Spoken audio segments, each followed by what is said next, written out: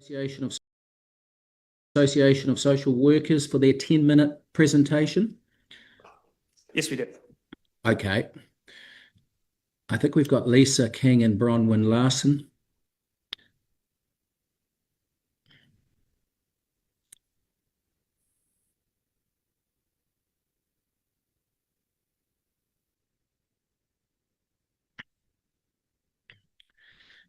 Clerks are going to be queuing our presenters up as well, so where there's not so much lag time between presentations as they've successfully been doing in the last couple of days.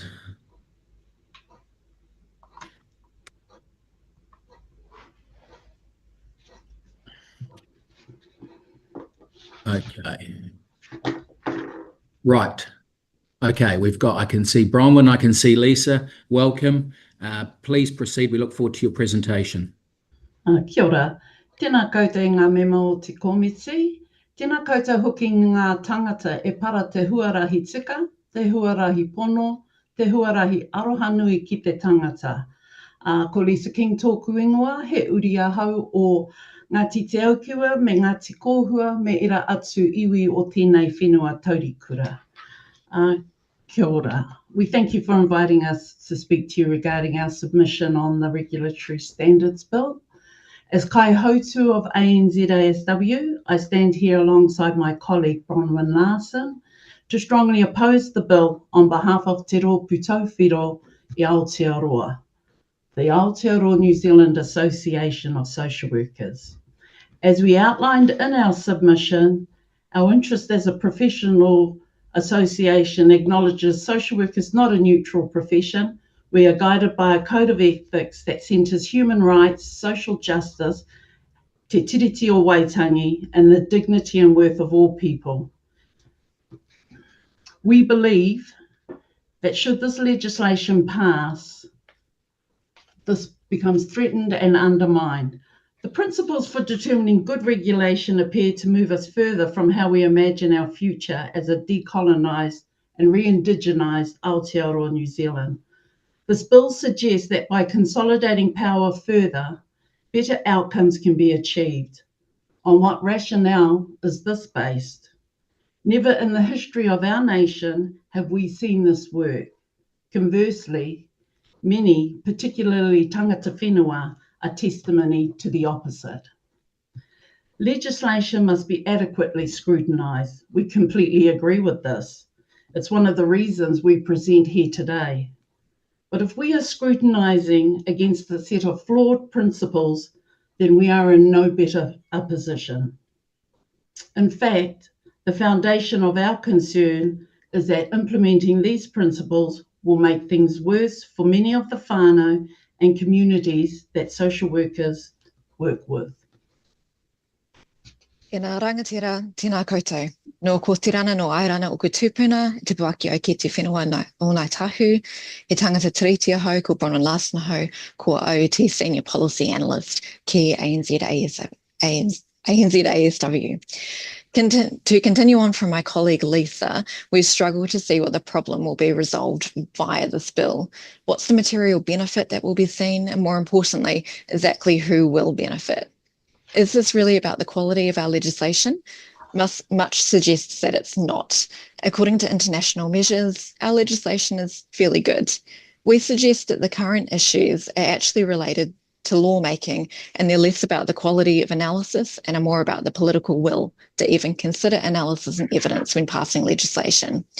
We've seen many examples of this over government terms, and watching as an analyst, it's frustrating. Bills are being passed when the analysis and evidence do not support them. Ministers are going against the advice of their own officials. And we suggest that the weakness of the regulatory system is not about the lack of principles or oversight. It reflects ideology being valued over evidence and lived experience. And this bill would entrench this approach. The principles would still support structurally inequitable policy, like boot camps, the removal of Section 7AA from the Oranga Tamariki Act, the Equal Pay Act changes, to name just a few. To us, it really feels that this bill aims to protect property rights over and above public services and resources and collective wellbeing. Surely we must see the devastating irony of this, given the long history of forced dispossession of iwi land and property. We're worried that this will extend to corporate rights in relation to consents, regulations and restrictions, which are designed to protect individuals, communities and whenua now and into the future. For example, could it reduce the ability of the government to apply regulatory standards to industries that have the potential to cause environmental damage and health impacts? Would it mean that levies and taxes that are used as a harm reduction method would no longer be enforceable? This is likely to lead to corporate anarchy, where corporations can carry out activities without due regard to their impact. Within 10 minutes, we simply don't have the time to dissect all the potential negative social and environmental impacts of this bill with you. One very brief example, which social workers increasingly convey their hopelessness around, is housing. This bill has the potential under Section 8 to erode tenant rights for low-income whānau that have no choice but to rent. Existing obligations and regulations around how landlords manage their property potentially sit in opposition to the personal and property rights set out in Section 8B. Therefore, this bill provides a legislative pathway to embed neoliberal notions that housing is a noble investment, rather than notions based in the reality that having a safe place to live should be a fundamental human right.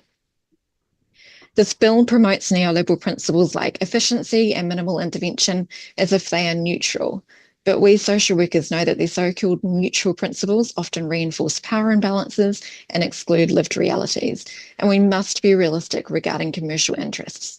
Despite very flash websites and the creation of socially responsible entities, it's routinely just greenwashing and the promotion of ineffective tools to reduce harm. Corporate interests so often collide with human and Indigenous rights and social justice. And we worry that this bill will set the stage for human and Indigenous rights concerning wellbeing, community, whenua and public good to be steamrolled for economic gain.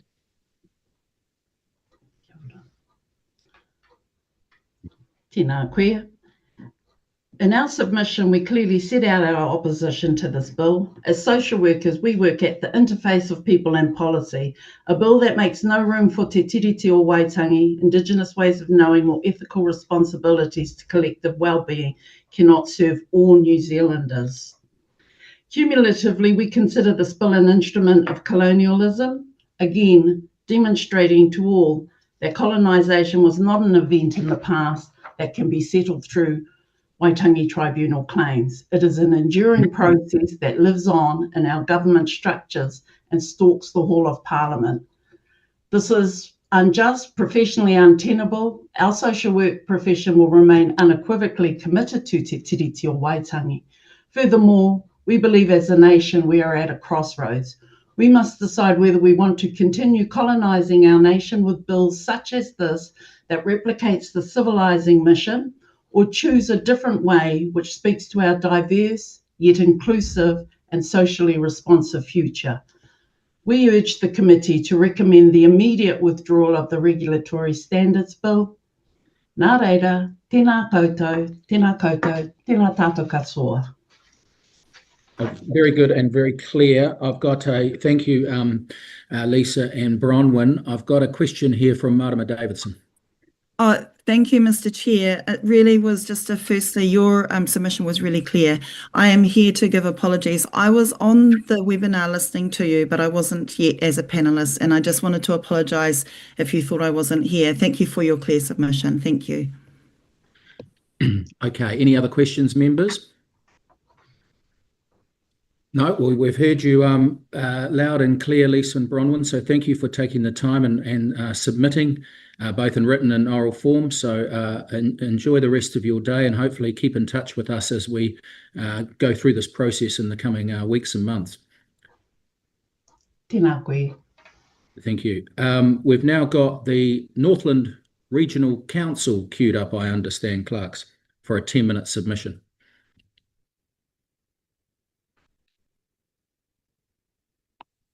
Tēnā koutou. Ko tui hoterene tōku ingoa, he mema no te kaunihira arohi o te taitokero, ko hau te tiamana tuarua. I'm Tui Shortland and I'm the Deputy Chair of the Northland Regional Council. Thank you for the opportunity to present our submission on the Regulatory Standards Bill today. Northland Regional Council supports improving the legislation quality, but this bill is not the way to do it. We strongly recommend that the government strengthen mechanisms already in place, such as refining regulatory impact statements and government expectations for good regulatory practice, rather than creating a whole new costly framework. We have three major concerns. One, the bill undermines Te Tiriti o Waitangi and Māori rights. It makes no mention of Te Tiriti and elevates a version of equality before the law that ignores historic and systemic inequalities and inequities. In Northland, where tangata whenua are central to governance, NRC has used mechanisms like mana whakahonua arohe to foster genuine partnership. These tools could be undermined by a law that treats all interests as formally equal while ignoring the need for substantive justice. Secondly, the bill over-prioritises priority rights at the cost of public good. Section 8 focuses heavily on protecting property rights and enforcing compensation for any impairment. This risks paralysing future legislation in areas like climate, biodiversity, natural hazard management, or even enforcing legislation that in areas like natural hazard management and freshwater bottom lines. If a rule requiring dairy cattle to be kept from rivers is deemed an impairment needing compensation, we are effectively penalising environmental protection. This bill pushes a beneficiary pays model without recognising the exacerbator pays principle that is already embedded in law, like the Biosecurity Act. That imbalance makes effective regulation either unaffordable or impossible. Thirdly, it is legally and financially unclear. Key terms like property, impairment, and compensation are undefined. Would resource consents or rights to discharge to air or water count as property? What about noise emissions or even the right to emit greenhouse gases? The potential for legal confusion and judicial overreach is immense, and the price tag uncosted. Your compensation could fall on taxpayers, making public interest legislation more expensive and less likely. We urge the committee not to progress this bill, but if it must proceed, we ask for several changes. 1, include explicit Te Tiriti principles. 2, remove or rebalance the compensation regime to include exacerbator pays. 3, clearly define terms and scope. And fourthly, exclude local government and ensure that we're not caught in the crossfire. In short, this bill risks freezing progress where Aotearoa most needs courage, in partnership with Māori and in facing down environmental crisis. Thank you for hearing our concerns. I welcome your questions. Oh, thank you very much, Deputy Chair Tui Shortland. You've obviously done this many times. You're well within time, so plenty of question opportunities. I'm going to go to Dr. Duncan Webb. Well, Kia thank you for that. Look, I'm just interested in your observations around impairments to property and just how that might, if it were to proceed in its current form, interface with things like protections against natural hazards. Obviously, things like flood risk and building consents and designating areas as flood prone. That's part of your role. It's certainly the flood prone designations. How would that influence your role if you had to take into account the fact that the property use might be limited into the future? Yes, it changes our entire, essentially it changes our entire role as a council. So, we are the regulator. We have our transparent and accountable and clear processes around how we produce rules around the environment. We're guided by national policy statements, but we have the ability to establish rules that are input from locals and have that local response. So whether it is flood mitigate, whether it is dealing with too much water or not, or dealing with not enough water, either way would be probably, in our opinion, property impairment, considered as property impairment, and taxpayers, ratepayers, might have to pay for protecting rivers or for protecting themselves downstreams, and that's just not sustainable governance at all. Kia ora, thank you. Okay, we're going to go to, thank you, we're going to go to Rawiri Waititi. Morena, tēnā koe mō kōrero I tēnei ata. Hey, just on the impacts happening in Northland in regards to the weather impacts up there. Also, housing is a huge issue for Northland and many of our other high Māori communities. And I asked this question yesterday of another council, how will the bill affect local councils' ability to create bylaws to address community needs like housing standards, rental protections, environmental rules, and also health bylaws? And if we looked at the impacts of the pandemic a couple of years ago, how would do you think this bill will affect the local democracy of our councils and our ratepayers? Absolutely, kia ora.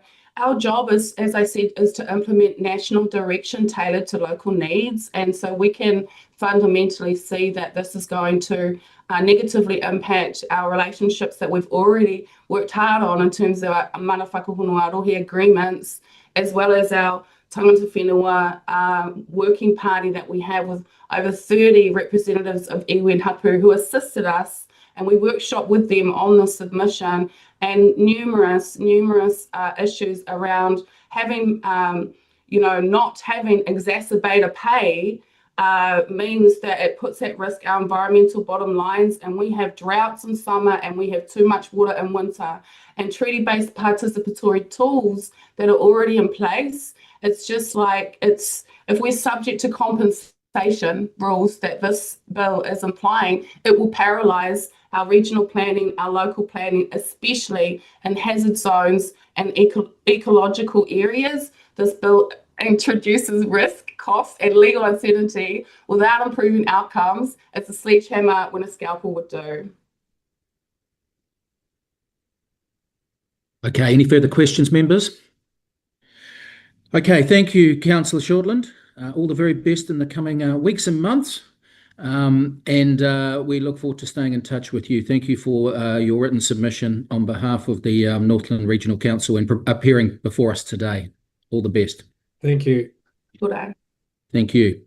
Okay, that leads us to the Inclusive Aotearoa Collective Tahona. Are they queued up, Mr. Clerk?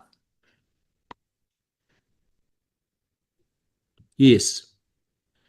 Yes, I can. We're on standby. We're ready to go.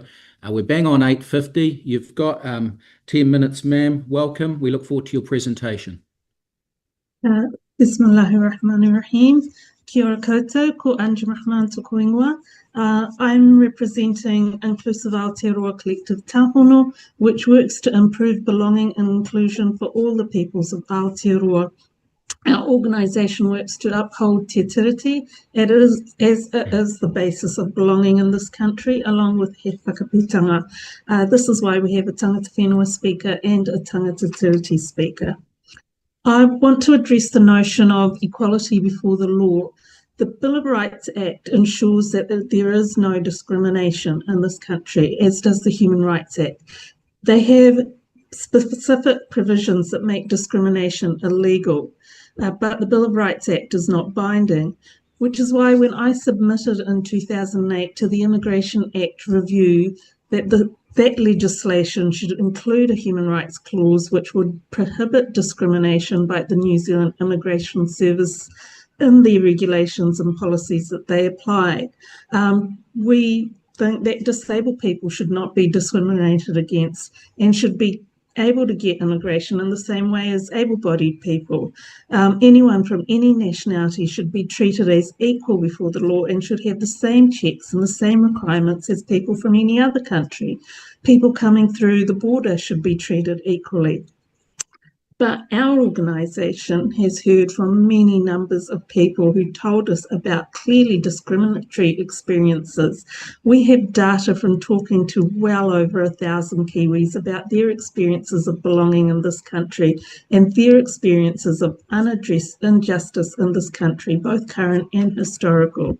For example, a mixed race couple where parents from Europe, one of the partners could come here to visit at any time, were never stopped at the borders, whereas the parents of the other partners from Asia hadn't been able to visit for 5 years, and the level of information needed was so much higher.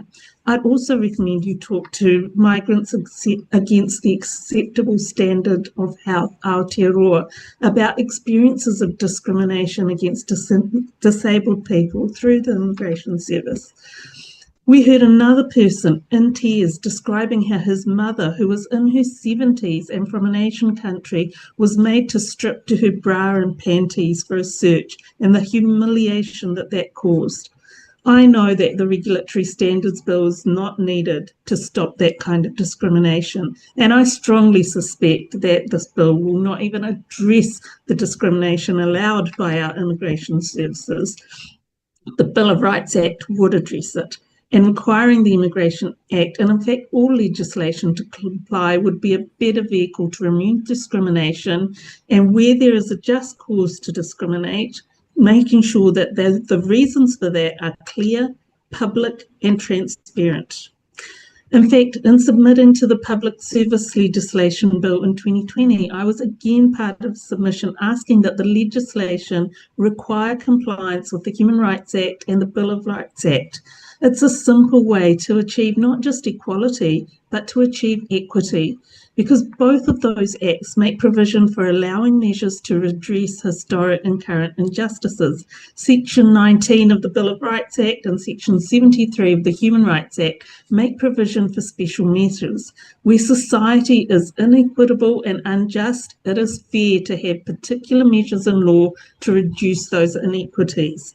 This bill ignores historic injustices and current injustices in this country. It ignores collective rights, the public good, the rights of people to be protected from harm caused by individuals and corporations without having to provide redress to those people who have caused such harm. In our conversation with communities, including Pākehā communities, we heard about the many forms of discrimination they face. More than that, we supported the work of Te Kahui Tika Tangata and the Ministry of Justice in their work on the National Action Plan Against Racism.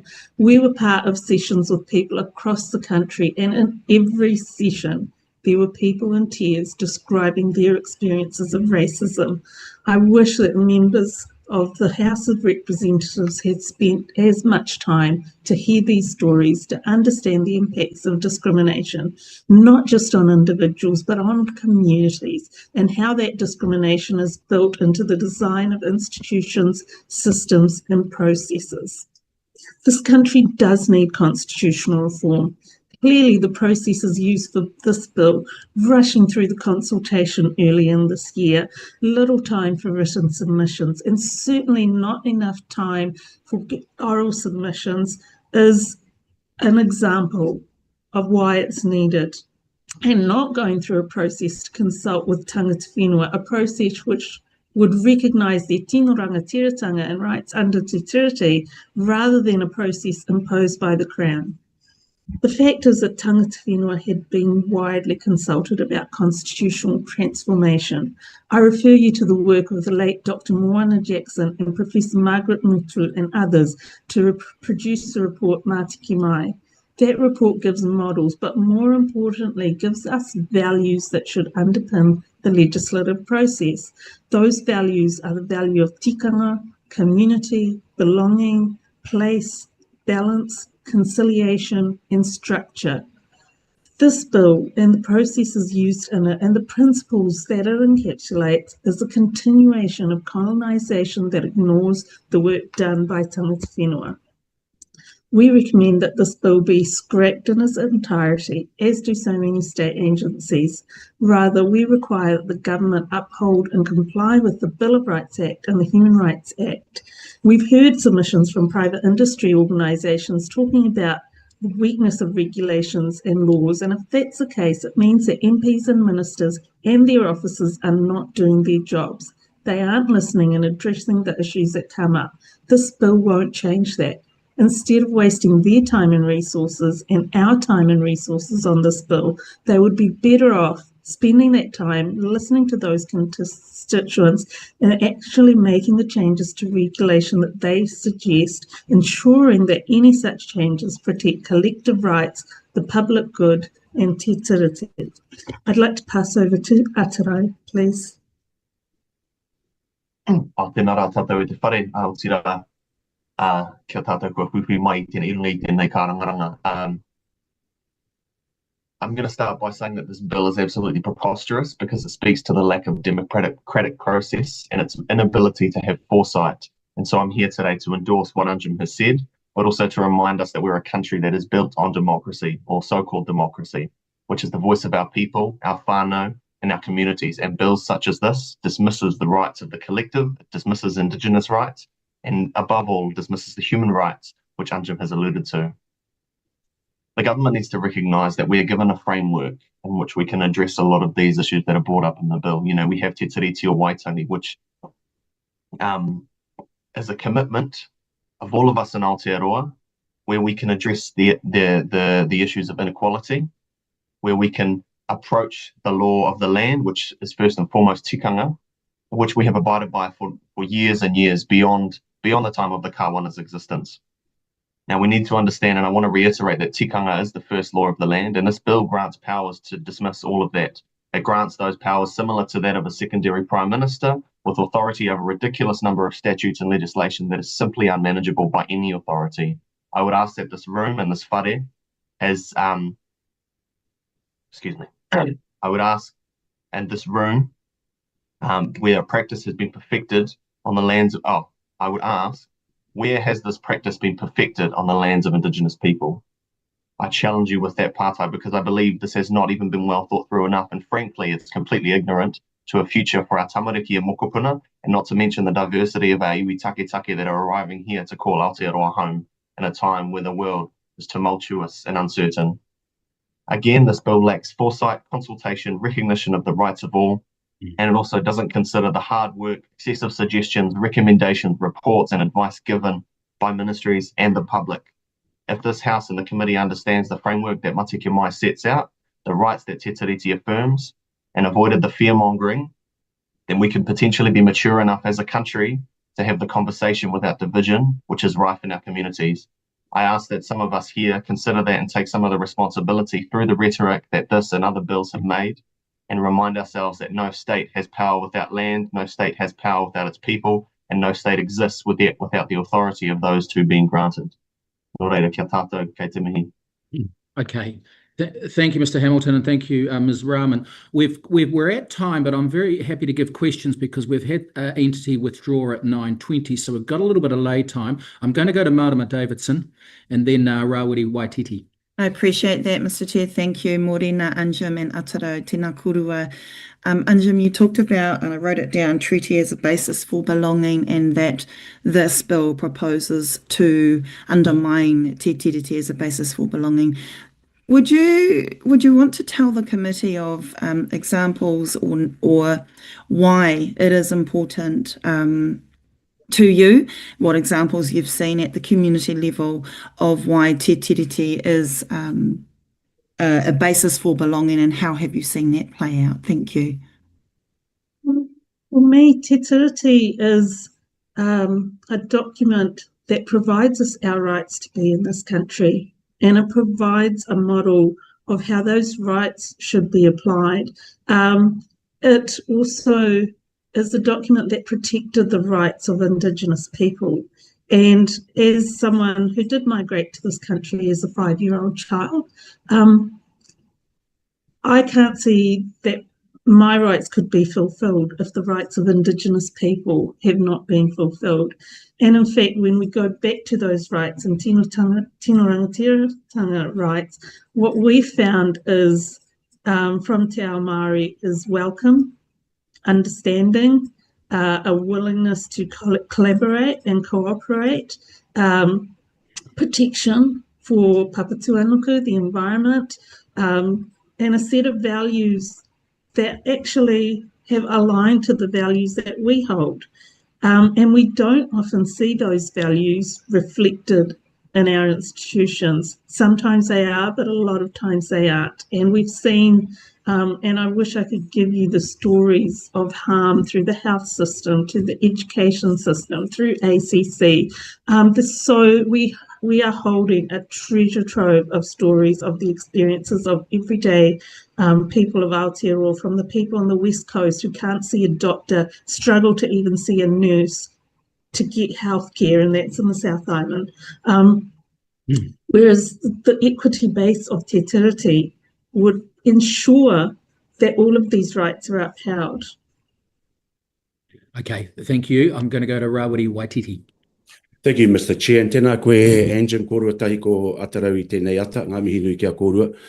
Look, I was just reading in your submission, regulating online harm on that particular issue. So online spaces are creating harm, not just for individuals and peer bullying, but to whole communities, as communities are defamed, misrepresented, targeted, and harassed. Jurisdictions overseas have implemented legislation to protect their citizens from online harm, and such legislation must occur here.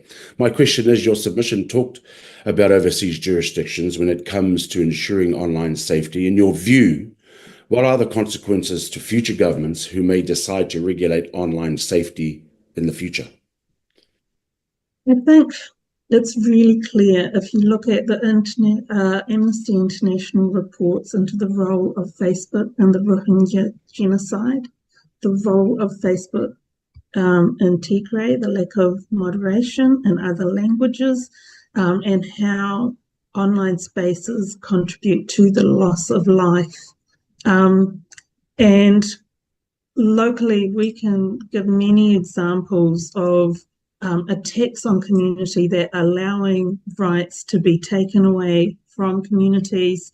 And we see, within this government, the removal of Section 7AA and so many other removals of Te Tiriti provisions that are allowable because there's all this rhetoric and defaming and disinformation that is being spread online. I think regulation needs to be careful.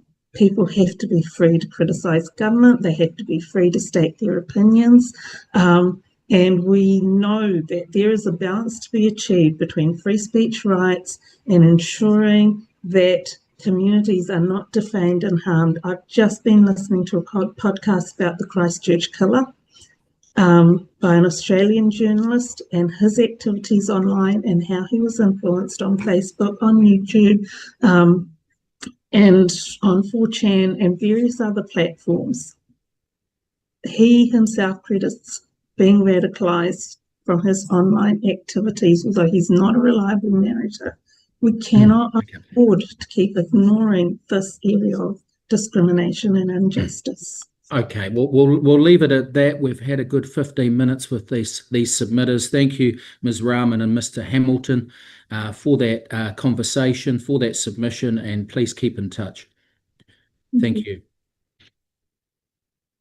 Okay, Mr. Clerk, have we got the McGinness Institute queued up?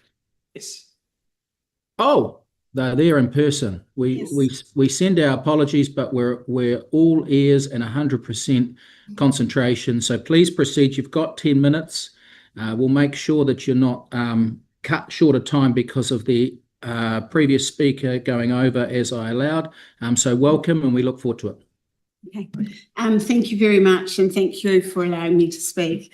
Firstly, I just wanted to acknowledge the previous speakers. I thought they were amazing. I'm going to, obviously my background is accounting and business and foresight, so I'm going to take that perspective in responding to this bill. I wanted to put forward a proposal, actually, because one of the things I put in our submission is that there could be other alternatives and options available, and I wanted to put before you one that I think that would work, or at least worthy of consideration. So the way that I look at systems, and you've got to remember I'm Public Finance Act, Treasury, so forth, way back into my history, is I see sort of regulatory management sitting over here and fiscal management sitting here. Now, the problem is that in terms of structure, they often dance around each other, and what they need to do is be married, okay? So that's kind of my assumption and how that we should actually be looking at this work. And so what you're looking at is then we put into systems the concept of checks and balances. And so arguably the regulatory management system moved out of Treasury and into Ministry for Regulation. So that's really, physically what's happened. We had the Cabinet Minute 2013 that actually created the Department Disclosure Statements, which was an instrument that would be used in that regulatory management system. And that still sits with the Parliamentary Council Office. So we look at things from institutions and instruments. The instruments that we have in this scope is the LDAC's Legislation Design and Advisory Committee's work and guidance. We have the department disclosure statements that come out of a cabinet paper, notably not law as such. And we have the regulatory impact statements, which is now sitting under the Ministry for Regulation and was actually under Treasury. So, so my proposal is that we actually bring all of those three elements under the Ministry for Regulation. We don't need the legislation. We can use the 2013 Cabinet paper and leverage off that to be able to strengthen this area so that we can create a much stronger marriage. We can then have the regulatory impact statements that are a register, which I think is a really good development on the Ministry of Regulation website. And we can actually also have another register there on the departmental disclosure statements. So the concept is that we're actually trying to, I would say, sort the situation into creating some really good governance, accountability and independence. And all of these proposals that I put before you, you do not need this act or bill becoming an act. The standards, the concept of the board actually could very easily sit as a committee underneath the Ministry for Regulation. Now, I've been around for a wee while, and when you see a new department come in, like Ministry for Regulation, it does actually, it's a little bit like trying to push in a book into a tight bookcase. So you're going to find these kind of situations develop where we need to actually relook and reshape it. But I think one of the things is that this really important aspect is that regulatory management and fiscal management do need to talk to each other. And we need to find mechanisms to do that. I was actually quite comfortable with it sitting inside Treasury, but I can see the advantage of what, we're already in this direction of having the Ministry for Regulation. So I just had two other quick aspects and then I'll open up to questions. Is the strategy. So you're aware, hopefully, you're aware of our work here, which says that 32 out of the 195 GDS, which is government department strategies, are actually mentioned in law. And we actually believe really strongly that MF, the Ministry for Regulation, should actually have a register of those because they should be managed. The concept of creating strategies in law and then not managing them, I think, is pretty appalling and a real waste of money and time and effort. I've mentioned the last bit I wanted to mention was just the importance of always keeping the work out of the house.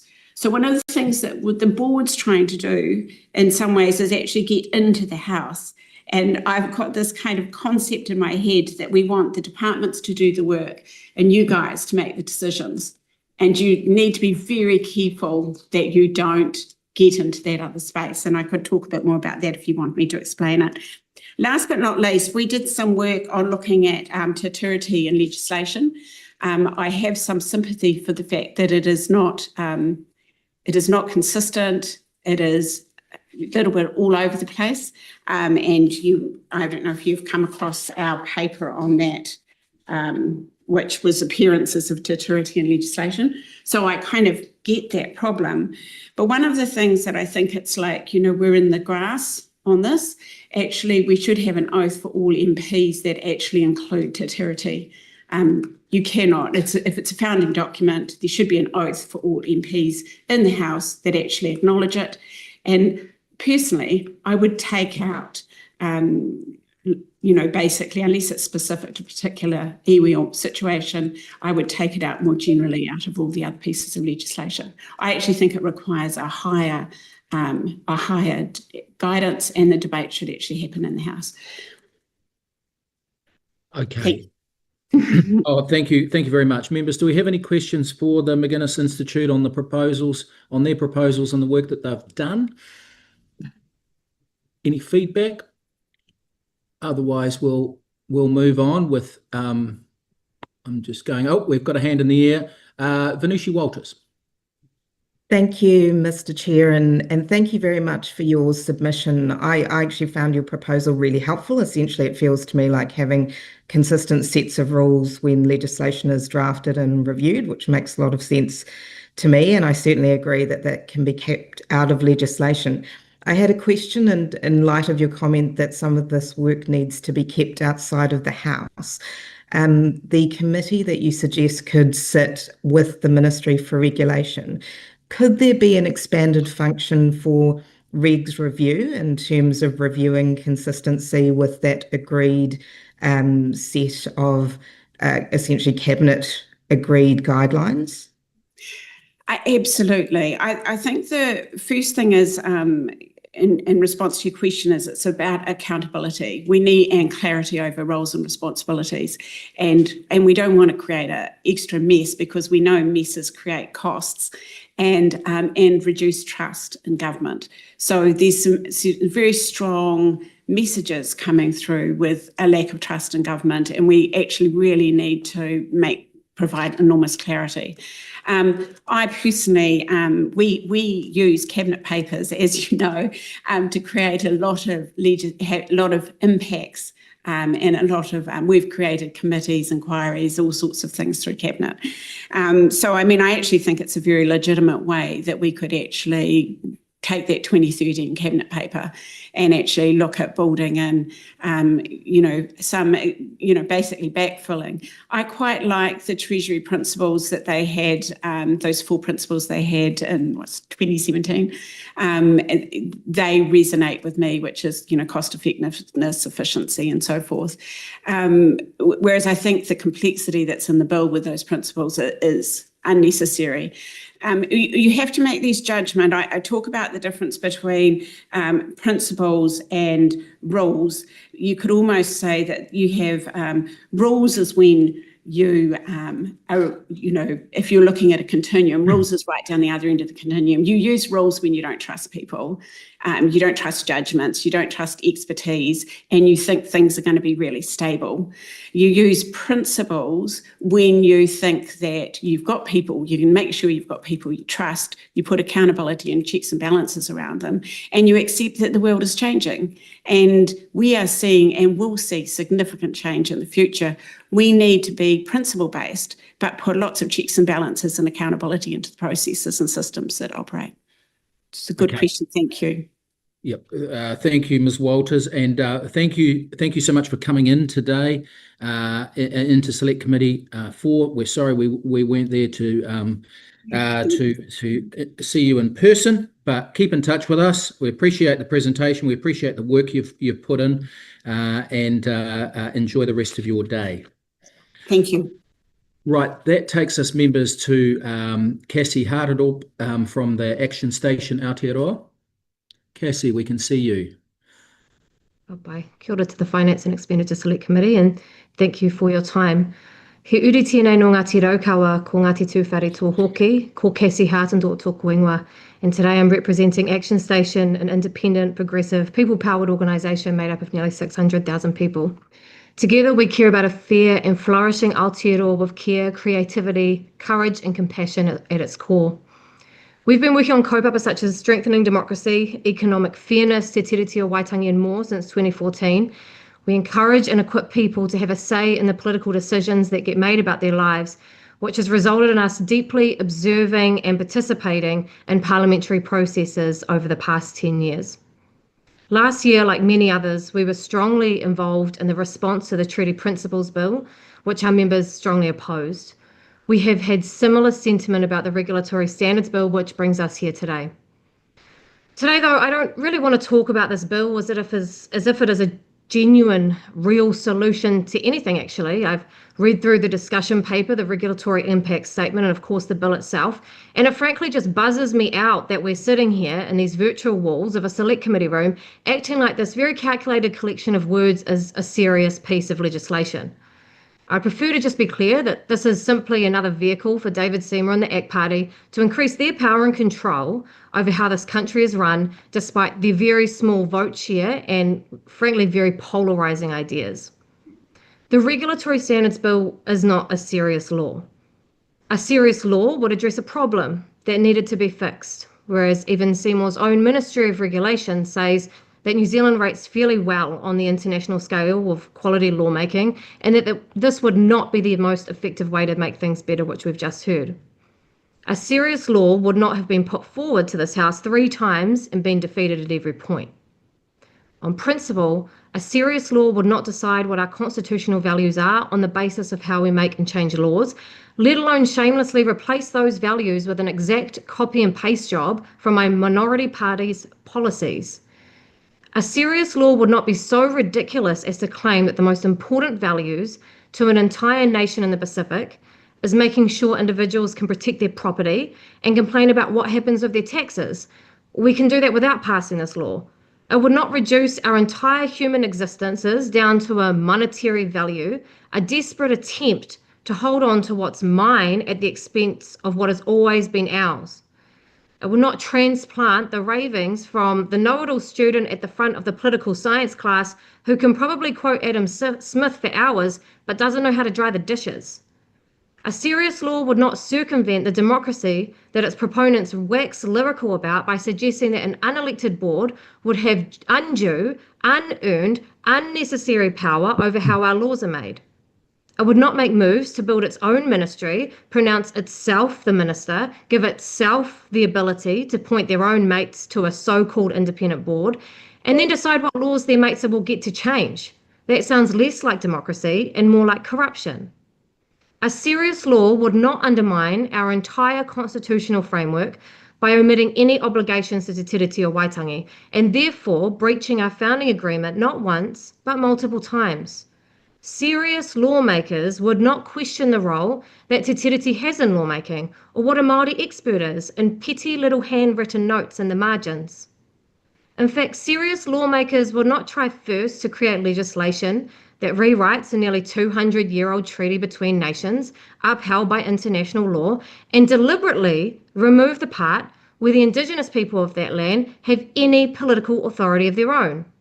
Serious lawmakers wouldn't try to incite division and turn the majority of a country against those Indigenous people by claiming some higher moral pretense of equality about the same people who die years earlier because they have been forced into unequal lives. When that whole debacle fails, and a nation rightly gives that certain Treaty Principles Bill a historical, record-breaking public humiliation, a serious lawmaker wouldn't then take the legislative side door to push through the exact same agenda, but with a different lick of paint. They wouldn't try to trick the public into changing some of the most important parts of our laws by stealth, siphoning public resources into ideological embarrassments, when food banks are forced to close beneath the weight of starving families and pensioners are too poor to turn their heaters on. Serious laws aren't rushed through. I don't get told by a serious lawmaker that I will be providing an oral submission on something constitutionally significant less than 48 hours before the Zoom link opens. They don't condense down the smallest amount of time for public input possible in a way that actually feels more insulting than if there were no select committee at all, because you know that unserious lawmakers will claim they do democracy like a tick box even if the outcome was already decided. Serious lawmakers can handle when their terrible laws are critiqued. They don't need to pretend it was bots instead of real living people who just don't agree with them because their ideas are bad. Serious lawmakers have a genuine respect for the public and welcome the knowledge of our country's revered minds when they share their genuine, informed concern about a nation's political trajectory, instead of making defamatory attacks via little victim of the day Facebook rants signed off with no less than a parliamentary services logo. Serious lawmakers don't create an environment of emboldening hate and violence towards their critics. They don't make quiet comments about civil wars behind closed doors, start brushfires in the hearts of our most entitled, violent, and privileged men. They don't create the political context where ancestral marae get attacked, like earlier this week in Kuku, and literally leave behind business cards that say radical Māori are taking over our country. Serious laws don't result in Māori women needing to have security detail because they face such horrific, violent threats towards them and their families, simply for speaking up against a law that is deliberately trying to destroy their future. Serious lawmakers don't turn a blind eye to all of this in the name of politics. They don't quibble about clauses like this is a serious law. They don't turn racial division into a PR opportunity or remain silent when they know their colleagues have gone too far. They don't focus on what will get them votes at the next election while realizing they're burning down the very house they try and hold on to. At the very least, they must know that they are handing over the lighter to an unserious lawmaker who will be the first to set them on fire too. So by our assessment, this is an unserious law by unserious lawmakers. Let's just call it for what it is, a power grab made possible by a three-way handshake that has taken precedence over the very foundations of our democracy. This right here, right now, is a sign of how truly unserious we have become as a nation, and we can all see it. Lastly, I want to comment on how there seems to be this growing narrative led by members of this government that our country has reached this grand delusion of equality, that we no longer need Te Tiriti o Waitangi or the Waitangi Tribunal, and actually older, mostly property-owning Pākehā males are the new oppressed group of our society that fiercely need their rights defended. This kind of framing sets the scene for laws like this and multiple other pieces of anti-Te Tiriti legislation this government is pushing through. And I wanted to share a personal story on this. A few weeks ago, I went and stayed with an auntie and a new partner who is a staunch ACT voter. He spent a lot of his time sitting in his lazy boy in his beautiful modern colonial style home that he had designed himself, watching YouTube podcasts. He felt strongly that honouring Te Tiriti had gone too far and we needed to go back to some kind of good old days, of which I'm not quite sure what those are. During the same stay, we also went to my partner's cousin's unveiling, who had died from suicide last year. Rest in peace, Jacob. We also attended a hikoi that was held for people commemorating their loved ones who had committed suicide too. In a town of around 8,000 people in Huntly, you probably know it, I counted over 40 people standing in the early morning fog, holding photos of their loved ones who had passed. There would have been at least 100 people there on these tennis courts, most touched by suicide, in a town with, as I said, a very small population. All of the people there were Māori. All of the photos that I could see of the people who had passed looked Māori. They were men, and most of them were young, many of them leaving young families behind. Those tennis courts in the 8 a.m. fog in Huntly were a stark difference to the world that we were staying in not far down the road. And it made me wonder if those worlds ever meet. Do they ever really meet and see each other? Because there was no one that looked like that act vote at that hikoi. And I honestly can't imagine that there would ever be a need for him to attend an event like this because he is so disconnected from the people who were there. And I don't know why all those people ended their lives, but I can bet it's not because Te Tiriti or Waitangi has gone too far or some kind of bollocks about special privileges. They look like they had lived hard lives.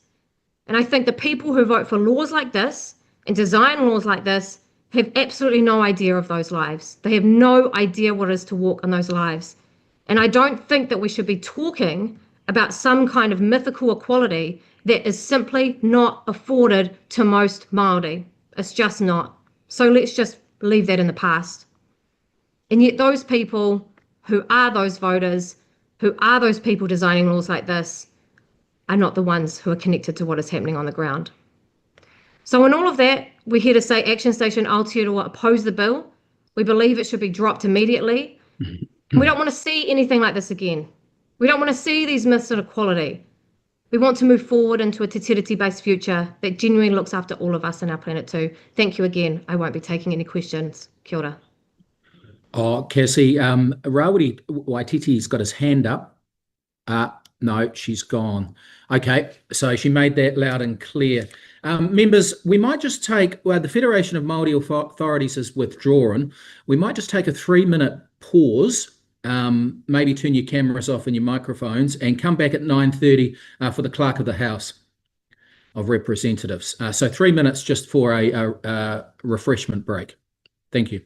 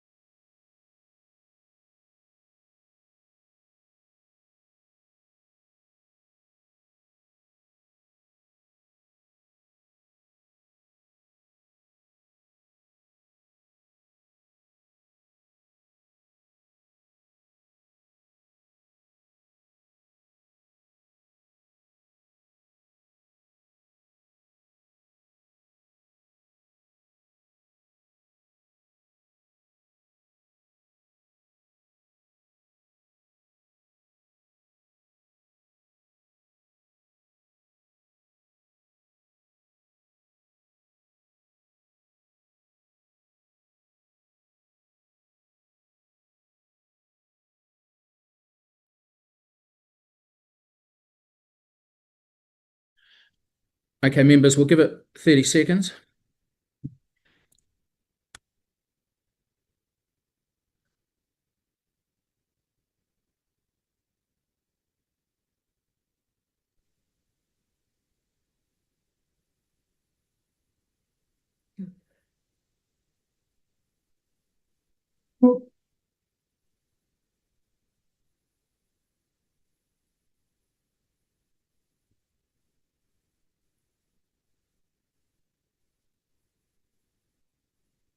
Okay, welcome back.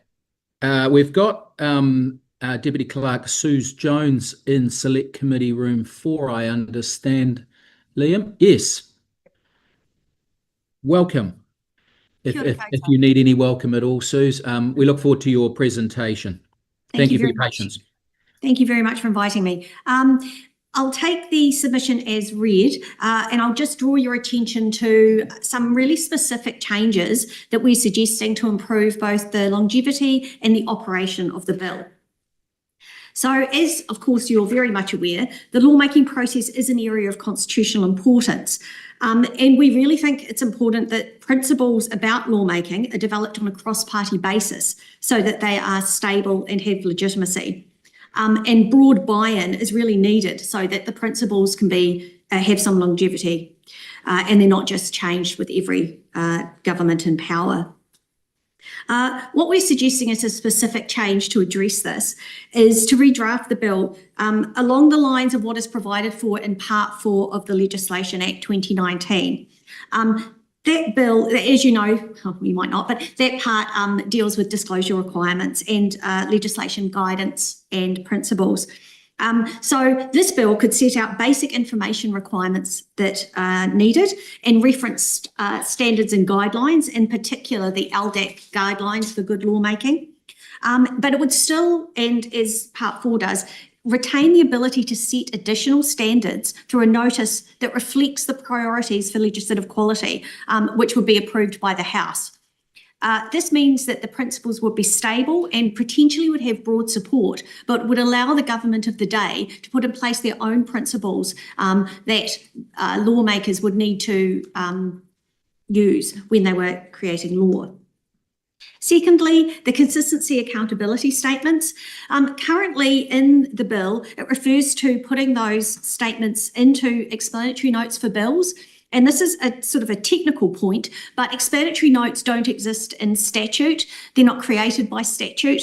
They are actually created by the standing orders, in particular Standing Order 261.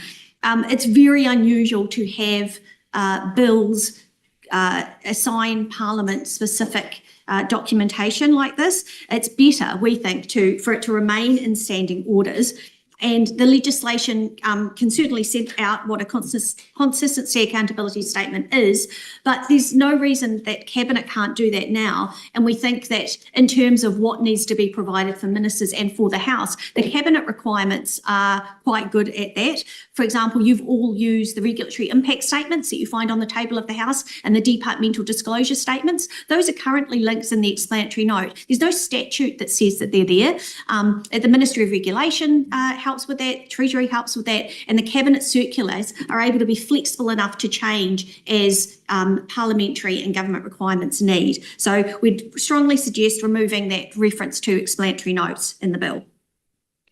The access to select committees by the Regulatory Standard Board is very unusually drafted, and we're suggesting that you change that so that it fits more with the New Zealand statute book. Currently, the board would have direct access to a select committee to provide it with its reports. This is very unusual. The way select committees receive things at the moment, as you well know, is either via the House or via correspondence, both of which the board could do now. So the board could present their report to a minister and the minister could present it to the House, and then the bill could be automatically go to a select committee by putting it in Appendix E of the standing orders. You'll see there's a list in there of things that automatically get sent to select committees once they're presented to the House. Or the board could just write to the committee. Again, there shouldn't be something in statute that gives anybody or any organisation the ability to directly or have to statutorily interact with a select committee. It just seems, it's very strange and it's not the way the rest of New Zealand law is drafted. So we're suggesting you just make that wee tweak.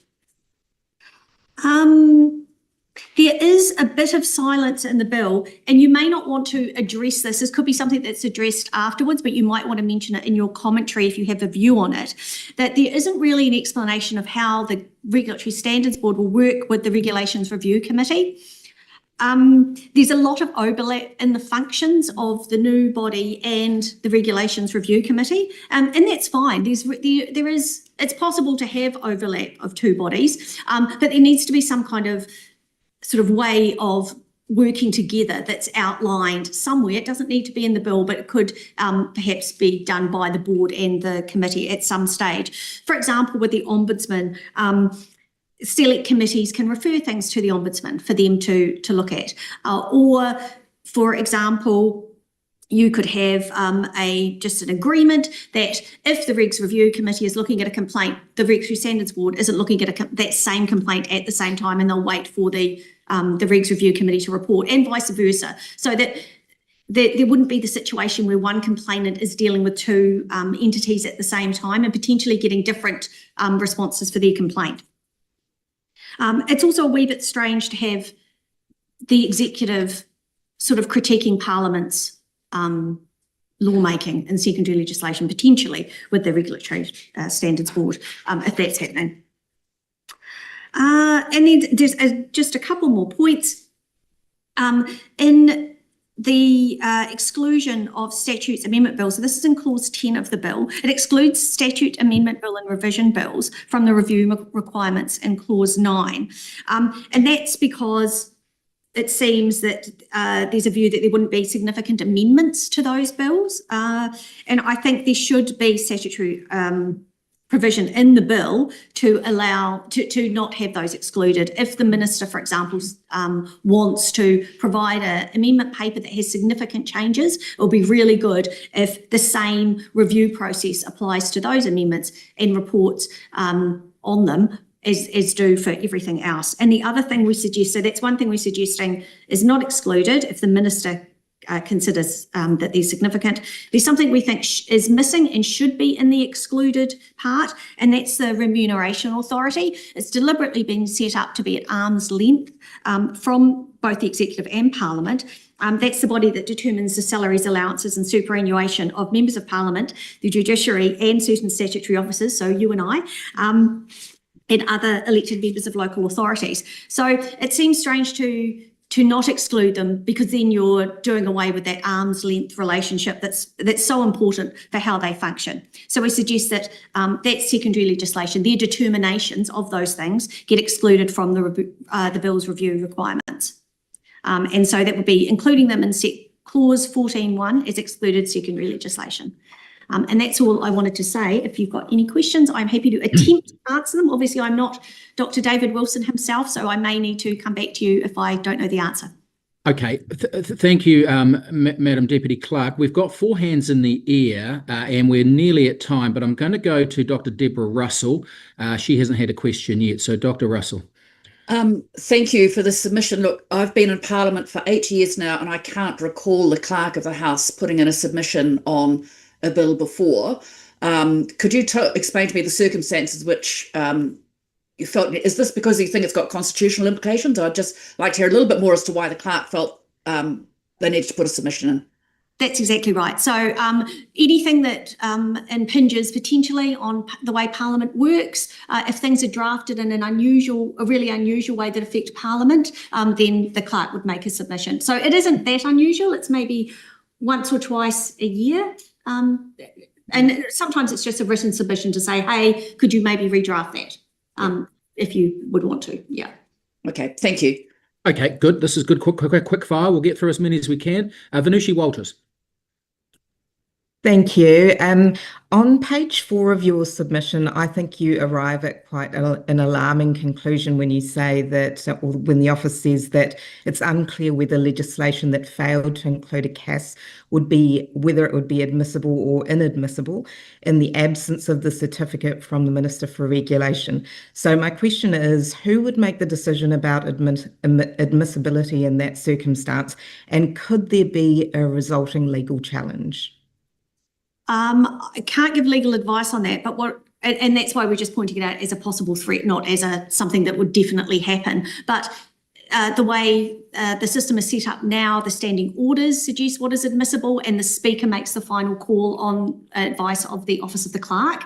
And that's why having those requirements for the CAS in the Cabinet requirements rather than in this bill, in terms of putting it in the explanatory note, would be much better. So you could still have the requirements, you could still say that they have to be in the explanatory note, but instead of putting it in the statute, put it in the Cabinet circulars, as happens with the departmental disclosure statement and the regulatory impact statements. Okay, we're at time, but I'm going to give one more question, and that's to Rawiri Waititi. Kia ora, thank you very much for the opportunity, Mr. Chair, and ngā mihi nui kia koutou, the Clerk of the House. I see in your application and in your submission, while the office welcomes the intention to promote legislative scrutiny, and the bill as introduced could give rise to potentially problematic effects such as limitations on the House's power to amend its own procedures, duplication of legislative scrutiny. To your knowledge, where else in world history has a government moved to reduce the legislation scrutiny function of a parliament while also replicating the same function by parliament? I don't know if you can answer that question, but I'm going to ask it anyway. I'm afraid I can't answer that question. I don't have any knowledge of that, sorry. That'll be good if you can come back to me with that answer. That'll be nice. Thank you very much. Oh, you're moving a lot faster than I thought. Jamie Arbuckle, did you have a question? Because you've got a minute if you did.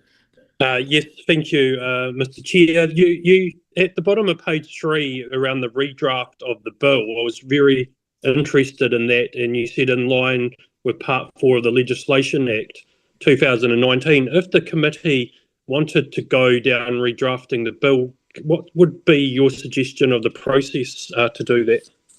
I would say that you could instruct the Parliamentary Council on the bill to redraft in line with the tiered approach in Part 4 of the Legislation Act. I should have said as well that Part 4 is not currently in force. It comes into force, if it doesn't come into force by order in council, it could come into force in 2026. So this bill could preempt that if you wanted it to, by having a very similar thing in this bill.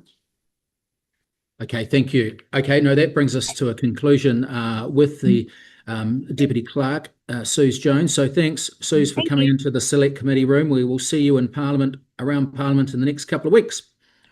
So thank you for taking the time. And thank you, members, for that quick fire. If you see a lot of hands up, let's see if we can turn it around to give everyone a fair crack. That's certainly my intention. Okay, Clerk, have we got Mr. Dean Knight queued up on Zoom? Is that at the table, sorry? Oh, he's at the table. Oh, he's got a Z by his name, but maybe that Z stands for something else. Mr. Knight, welcome. You've got 5 minutes. Thanks for your patience. Kia ora to committee. As you know, I'm a professor of law at Te Here Waka, Victoria University, Wellington, specialising in constitutional and government law, and I'll try and be brief. This bill proposes a quasi-constitutional regime that seeks to reshape legislation through soft power based on a suite of generalised norms. And in my view, it will fail in that mission. Sure, it has the potential to influence and shape proposed laws and laws already on the books. And in my submission, I explain how it would do so through the exercise of soft power and the ways it would have real impact on policy and lawmaking process, and without doubt will have a much greater instrumental effect on laws than merely providing transparency as it is claimed. While not formally restricting the sovereignty of Parliament, it will, in reality, politically incentivise certain types of law and discourage others. And that's the constitutional magic of these hortatory vetting regimes. But in the medium to long term, it will fail to achieve enduring constitutional character similar to the Public Finance Act and the Bill of Rights Act on which it is partly modelled. It will fail to be a meaningful constitutional blueprint for legislation because many of the norms embedded in the bill are heavily contested and represent ideological dogma that is not above politics as constitutional commitments should. And you've heard much about those principles, and I won't repeat that. It will fail to join the package of quasi-constitutional instrument because it ignores the relevance of existing higher order norms such as Te Tiriti, the treaty, the Bill of Rights Act, international law. It ignores their relevance to regulatory design and legislative equality project, and will create discordant noise and external tensions in the policy and lawmaking process. So too with the other important values that are precious to our democracy. It will fail to be regarded as a meaningful constitutional instrument because of its absolutism and the very odd omission of a justified incompatibility clause, as was seen in earlier versions of the bill, that would have provided a general standard for countervailing matters of public interest to be reasoned through. And I think the committee should pay close attention to its omission, because I'm not sure this point has been raised significantly in submissions. It will fail to be regarded as an important constitutional process because the key supervisory board, the Regulatory Standards Board, probably breaches the separation of powers and certainly invests too much political power in the hands of the Minister for Regulation. And it will fail to deliver on the constitutional mission because it will be repealed immediately on change of government due to these flaws, and the fact it is an instrument of politics rather than a blueprint for lawmaking that sits above politics. To be clear, I'm a big champion for improving legislative quality and regulatory design, but this isn't the solution because of its many flaws. A more constructive regime for improving legislative quality and regulatory design would, and as I've set this out in my submission, build on and incorporate principles drawn from the legislation guidelines, principles that have widespread agreement, and charge, I think, a new select committee with undertaking the vetting and evaluation process against those guidelines. But my very strong submission is that this bill should not proceed in its current form and certainly should be sent back to the drawing board. Kia ora. Okay, thank you, Mr. Knight. We've got time for a quick question from Dr. Russell. Thank you very much, Dean, for your work on this. Look, I take your point. I've been testing with some other lawyers Clause 24, which says this Act does not confer a legal right or impose a legal obligation on any person that is enforceable in a court of law, and suggesting that perhaps this bill may not confer those rights, but it will have a big impact on the way that the laws are interpreted. Is that that's what I've taken from your oral submission? Is that what you intended to? Well, I think it has its influence upstream. And so it is in the earlier stages of the policy and lawmaking process, you'll see departments and ministers trying to shape legislation to conform with those norms in order to get the easy passage. So it might be that features of bills are taken out. It might be that bills incorporate, for example, compensation for takings of properties in a sort of anticipatory way to ensure that a bill has easy passage. There's been some suggestion, I think, from the LDAC about whether there might be a downstream consequence in terms of the court taking the bill as a nod to interpret the legislation and existing legislation in a particular way. I'm not sure if how real that is. Certainly, in order for the courts to do that, this bill would need to attract a quasi-constitutional character, and for the reason I put out, I don't think it's going to do that, and I think that chance of downstream consequences in interpretation court, while it can't be discounted, is probably more remote. Okay, thank you. Thank you. That's all we've got time for. Thank you, Dean Knight, for coming in, Mr. Knight, and let's keep in touch, and we appreciate you taking the opportunity to put your submission through. Thank you. Clerks, have we got the Seafood New Zealand, NZ Rock Lobster Industry Council, Power Industry Council queued up in person? Oh, there we go. Okay, welcome. As you well know, you've got 10 minutes. Please, I'm sure there'll be plenty, some great interest in this, so please leave us some time at the end for some questions. Please proceed. Thank you. Kia ora koutou, ko Lisa Fuchiga Ho. I'm the Chief Executive at Seafood New Zealand, which is the industry peak body for wild capture seafood sector. I'm joined by my colleague. Good morning, Mark Edwards from the New Zealand Rock Lobster Industry Council. And also apologies from our colleague from the Power Industry Council who can't be here with us today. Look, as a regulated and heavily regulated sector, the fishing industry considers that there is significant scope to improve the quality of regulation in New Zealand, particularly by making quality assurance processes more transparent and making regulators more accountable for poor regulation. So there are several concepts in the bill that we support, but we recommend other aspects of the bill should be improved or deleted. So firstly, we support the concept of systematic testing of regulatory proposals against a set of established principles. However, what is missing from the current regulatory regime is not established principles, but a transparent and accountable assessment process. We think it's important that any statutory principles for assessing regulatory quality are comprehensive, broadly accepted and enduring. For that reason, we recommend that the principles in Clause 8 should be replaced by a more comprehensive and broadly acceptable set of principles, such as those in the LDAC guidelines. So provided that Clause 8 is amended as we propose, we support the Bill's requirements for assessing the consistency of new legislation against principles for responsible regulation. A second concept in the Bill that we support is the need for good regulatory stewardship. However, we don't believe that reviewing existing regulation for compatibility with new principles as required in clauses 15 to 22 is the best use of ministers' and agencies' time in comparison with general regulatory stewardship responsibilities and improving the quality of new regulation. We therefore recommend that the Bill should instead set out a general requirement for good regulatory stewardship by agencies. Thirdly, we have mixed views about the merits of the proposed Regulatory Standards Board. On the one hand, in the fishing industry's experience, none of the existing mechanisms for challenging inappropriate or unduly onerous regulation are particularly effective. The courts are too expensive and unpredictable, and government processes are too conflicted and slow to respond. So we would, in theory, welcome an alternative pathway to challenge poor regulations. However, the board's proposed functions overlap with roles we would expect the Regulations Review Committee or the Ministry for Regulation to undertake, so the benefit of establishing another entity is unclear. However, if the board is established, we recommend that the responsible minister or agency should be required to issue a published statement of their proposed remedies, if any, in response to every report provided by the board.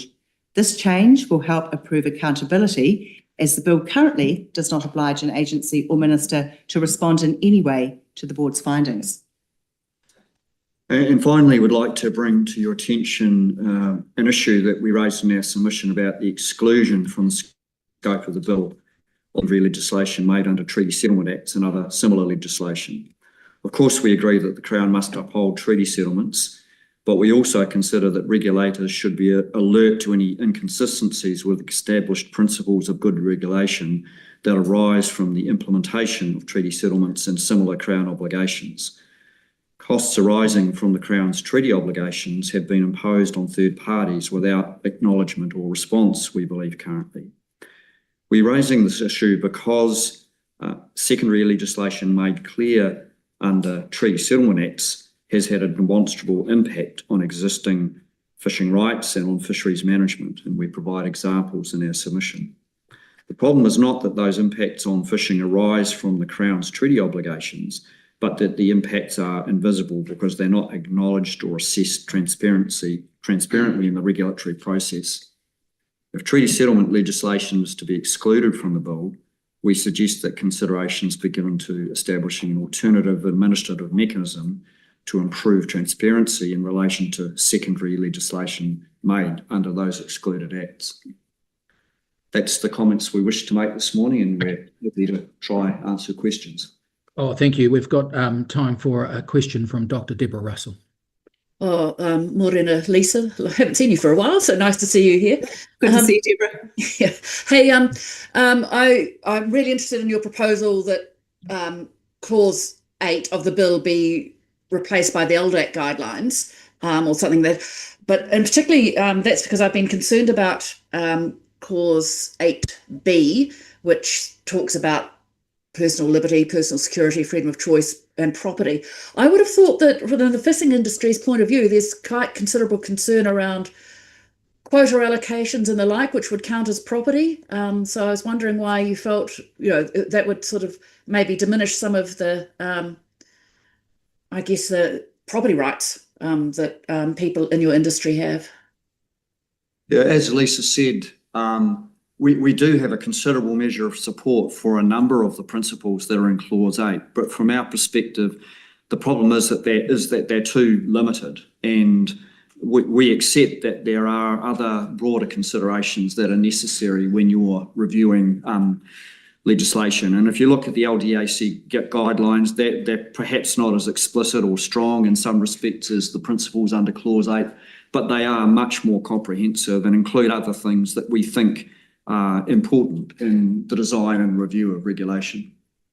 Okay, thank you. Okay, members, any other questions? Okay, thank you so much for coming in to Select Committee for today and for making your submission. Thank you. Keep in touch, and we look forward to seeing you again. Okay, we've got another in-person submission, Mr. Clerk, and that's for Bill Rosenberg. 5 minutes. Is Mr. Rosenberg there? Yes, he is.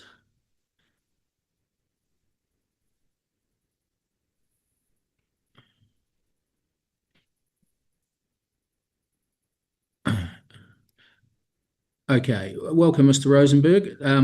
Please proceed. We've got 5 minutes for you. We look forward to it. I'm an economist, most recently a commissioner at the New Zealand Productivity Commission. I have practical experience of regulation, particularly over employment and health and safety. I was a member of the key government's independent task force on workplace health and safety after the Pike River disaster, whose recommendations underpin our current regulatory system. I was a member of the 2017 to 19 Tax Working Group and am a committee member of the Tax Justice Aotearoa.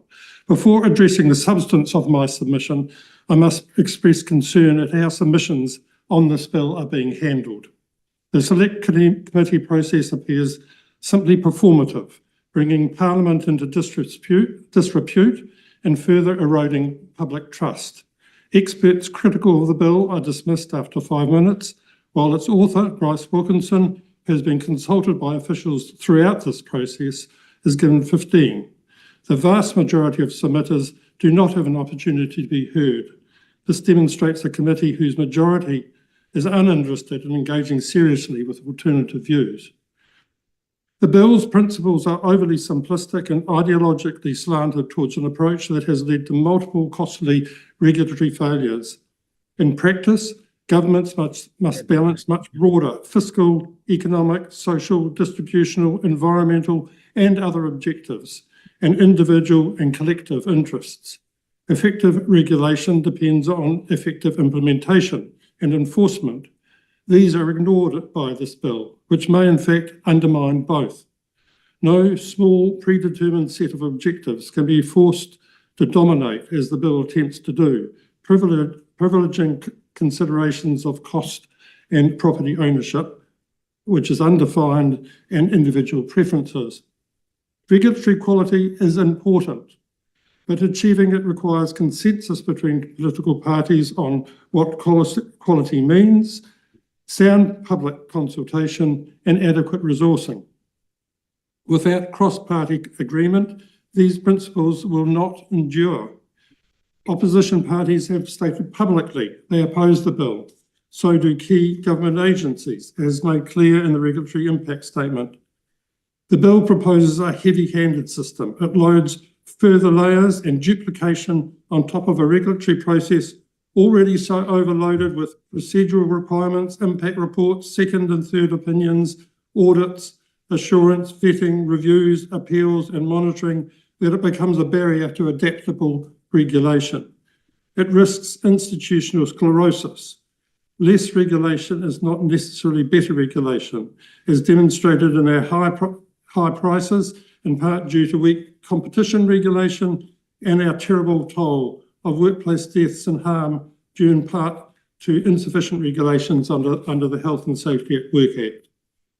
The Minister's primary rationale for this proposal that, and I quote, poor productivity can be traced to poor regulations, end quote, is incorrect. In 2003, when the OEC judged that New Zealand's regulatory environment was near best practice, our productivity performance was weak. Since then, many countries in which the OECD score have inferior regulatory environments to ours have outperformed us. While regulation may be a factor in specific instances of poor productivity, many other factors shape economic performance, including other policies, institutions, economic structure, trade performance, geography, history, culture, education, management skills, labour relations, demography, social cohesion, and endowments. Improving our productivity does not justify this radical legislation. The bill's advocates argue that the bill only requires a minister to explain legislative conflicts with the principals, so concerns about them are deranged. Yet if this were true, why legislate? Is the legislation merely performative? The intention is that these principles are used to constrain the ability and will of governments to make progressive change, to legislate the principles explicitly, and possibly to interpret the law. Its dangers are therefore real. I do not have time to cover many other aspects of my submission. The principles, particularly those to the taking of property, could lead to government paralysis, prevent needed change, create huge costs to the government, and lock in existing inequities, inequality, discrimination, and poor environmental practice. They rule out many sensible policies which would be in the public interest. The Regulatory Standards Board appears to escape the controls of the Crown Entities Act and is controlled by the Minister. The proposed powers of the Minister would be dangerous and with little accountability outside Cabinet and caucus. I recommend that, firstly, this bill should not proceed, and secondly, that instead we should consider simplification of regulatory quality processes and their effective implementation within the responsible agencies, defining quality to include the ability of relevant agencies to implement and enforce the regulation effectively, reducing duplication, maintaining cross-party agreement on process, resourcing the agencies adequately for their regulatory quality responsibilities, and safeguarding the expertise residing in their staff. Thank you. Okay, thank you, Mr. Rosenberg. I was trying to be as generous with time as possible there, given your observations of constraints on people's time. So thank you for that submission. We haven't got time for questions, but thank you for coming in, and all the very best for the rest of the day. Mr. Clerk, that leads us on to Tiko Kirina Taumatua New Zealand Planning Institute. Yes. Are they queued up, or are they? Yes, they're here. Oh, well, they're here. Okay. It seems that the Zooms, the ones that for Z's turn up, and the ones that are in person are on Zoom. They're hybrid. So one of them's on Zoom, one of them's at the table. Oh, they're split. They're split. Okay. Yeah, Let me not dig into your time. Please proceed. Welcome. Tēnā koutou. Thank you for the opportunity to speak today. My name is Megan Couture, and I am the Deputy Chair of Te Kokiringa Taumata, the New Zealand Planning Institute.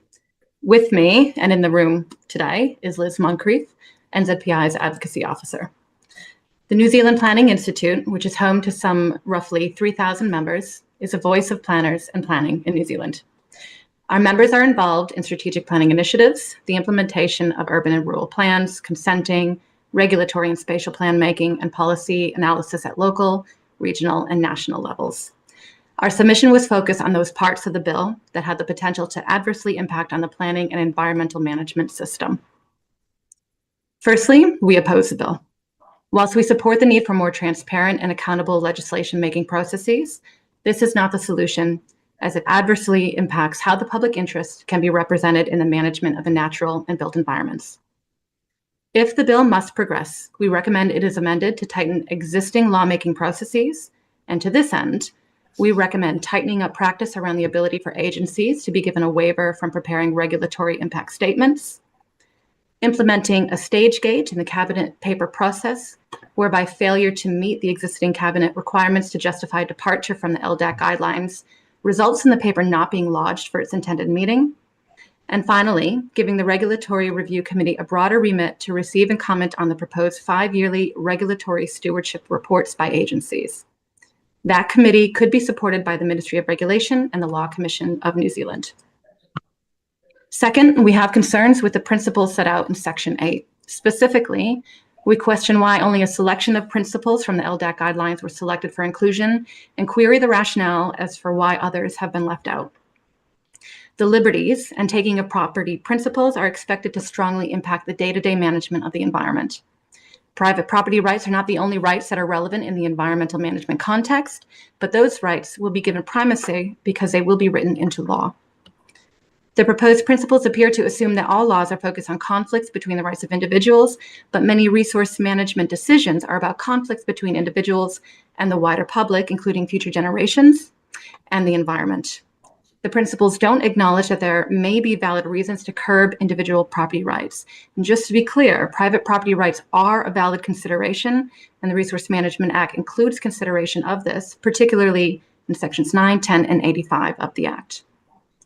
In short, our position is that the appropriate balance of liberties, property rights, and compensation need to be worked out in the context of the primary purpose of any proposed new regulation. For planning and environmental law, this means also considering the public interest, the environment, and the Treaty of Waitangi. We are concerned that enshrining these two principles into law will place more weight on them from the outset, limiting the range of policy options available to effectively manage the environment. We are also concerned that the court decisions on planning and environmental matters could be made with reference back to the principles in any Regulatory Standards Act. We understand that the principles do not bind ministers in making legislation, but they will form part of the legal framework. The risk is that the courts will read into law those principles, and over time, case law will influence decisions by others implementing planning and environmental laws. This could have significant unintended consequences for achieving the purpose and objectives of the RMA and any successive legislation. Our submission goes into detail on the specific examples of why this could create significant unintended consequences. Some examples relate to the management of natural hazards, achieving goals around greater provision of housing and infrastructure, and the protection of common resources such as fresh water. Finally, we are surprised at the lack of reference to the Treaty of Waitangi in the bill. Its absence creates uncertainty and confusion around how the treaty or its principles are to be considered alongside the principles of this bill. This is a significant omission in the context of resource management law, given Article 2 of the treaty. If the bill does proceed, we recommend that the bill give the existing LDAC guidelines more regulatory teeth.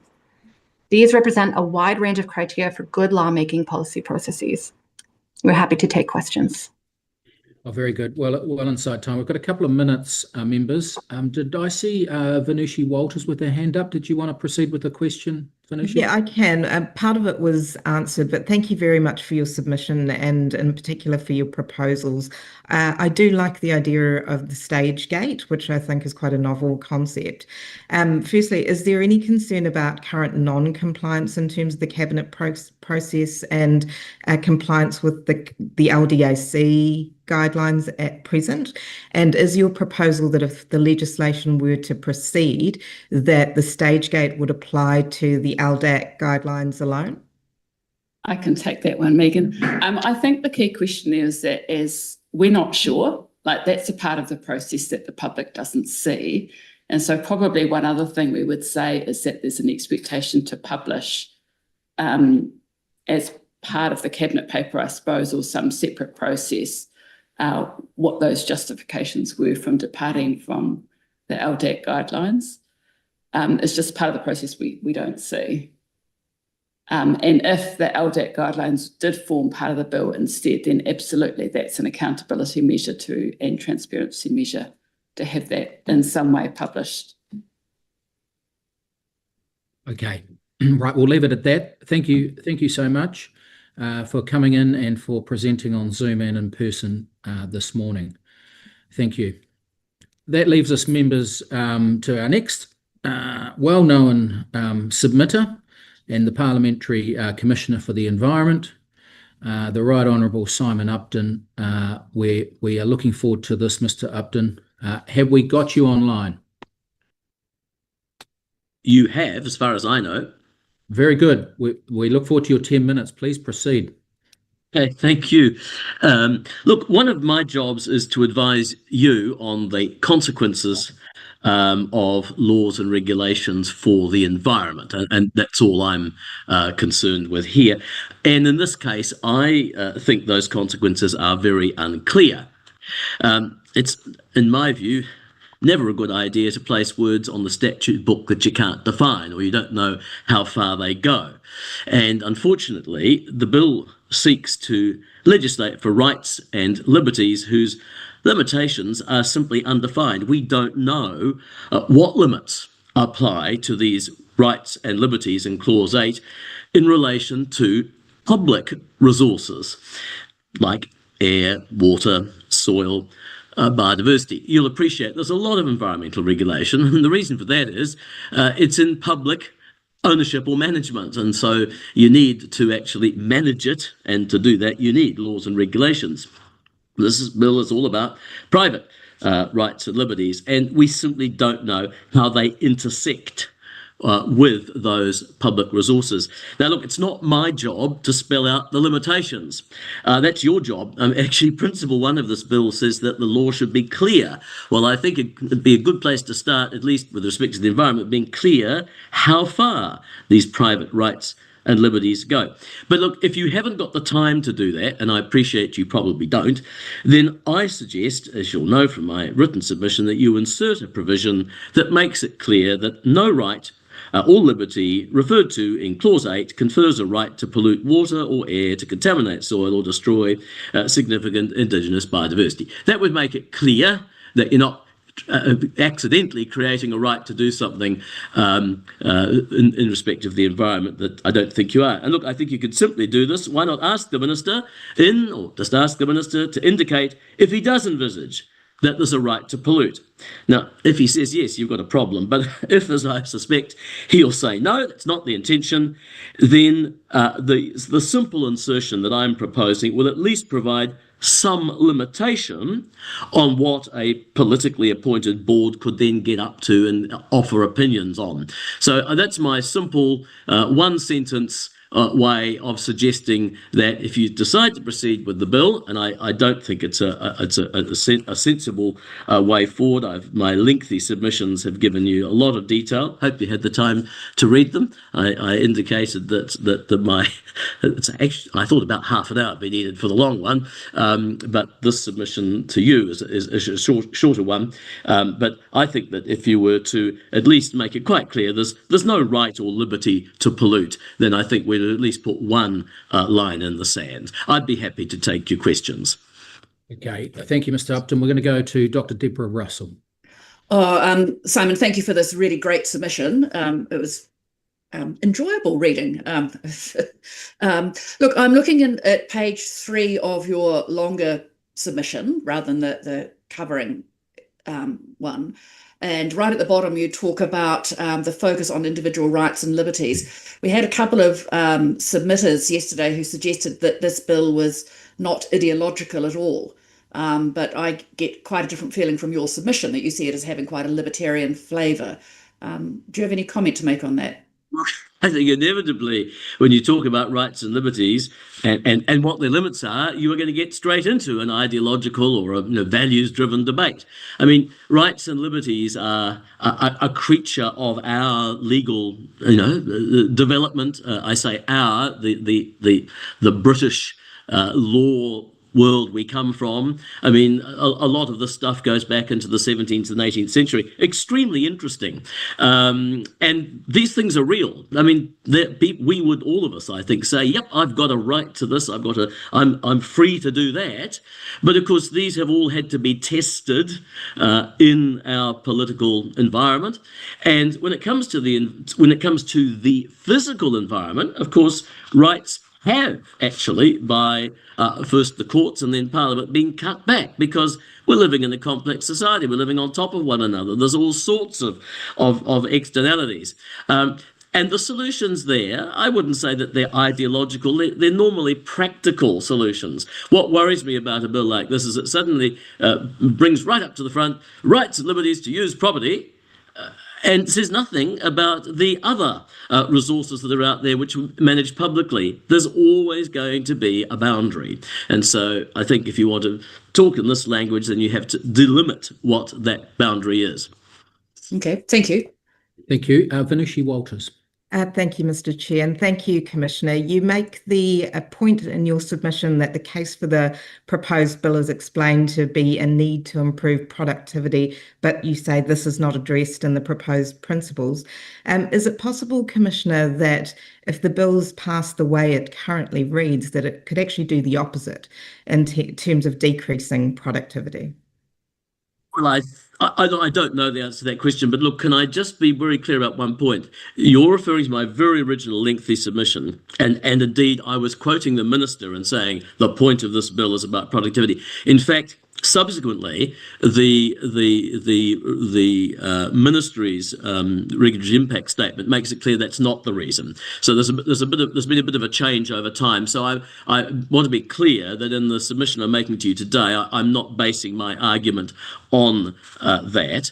I mean, poor regulation will cause a loss to productivity. I'm the first to agree with that, and heavens above, those of us who've had to deal with the Resource Management Act over the years know that there has been a quantity of bad regulation which has caused people all sorts of frustrations. So no one's trying to deny that. The question is whether this bill is going to make it any better. And I think the idea that you have some group off to the side who apparently don't have any power, but they can just sort of comment on how bad things are. Frankly, I think that's what Parliament's for. I think it's what your select committee's for. If stuff's getting in the way, it's for select committees to put the spotlight on that. Okay, thank you. Mr. Upton, we've got a couple of minutes if you want to make some closing remarks. Look, we'd like to hear them.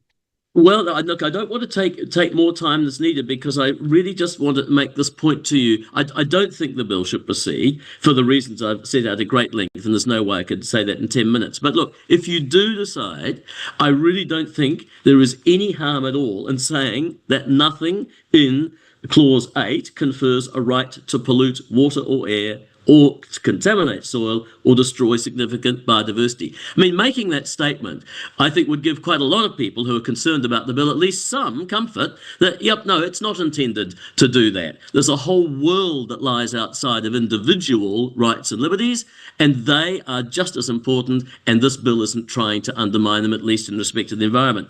I commend it to you.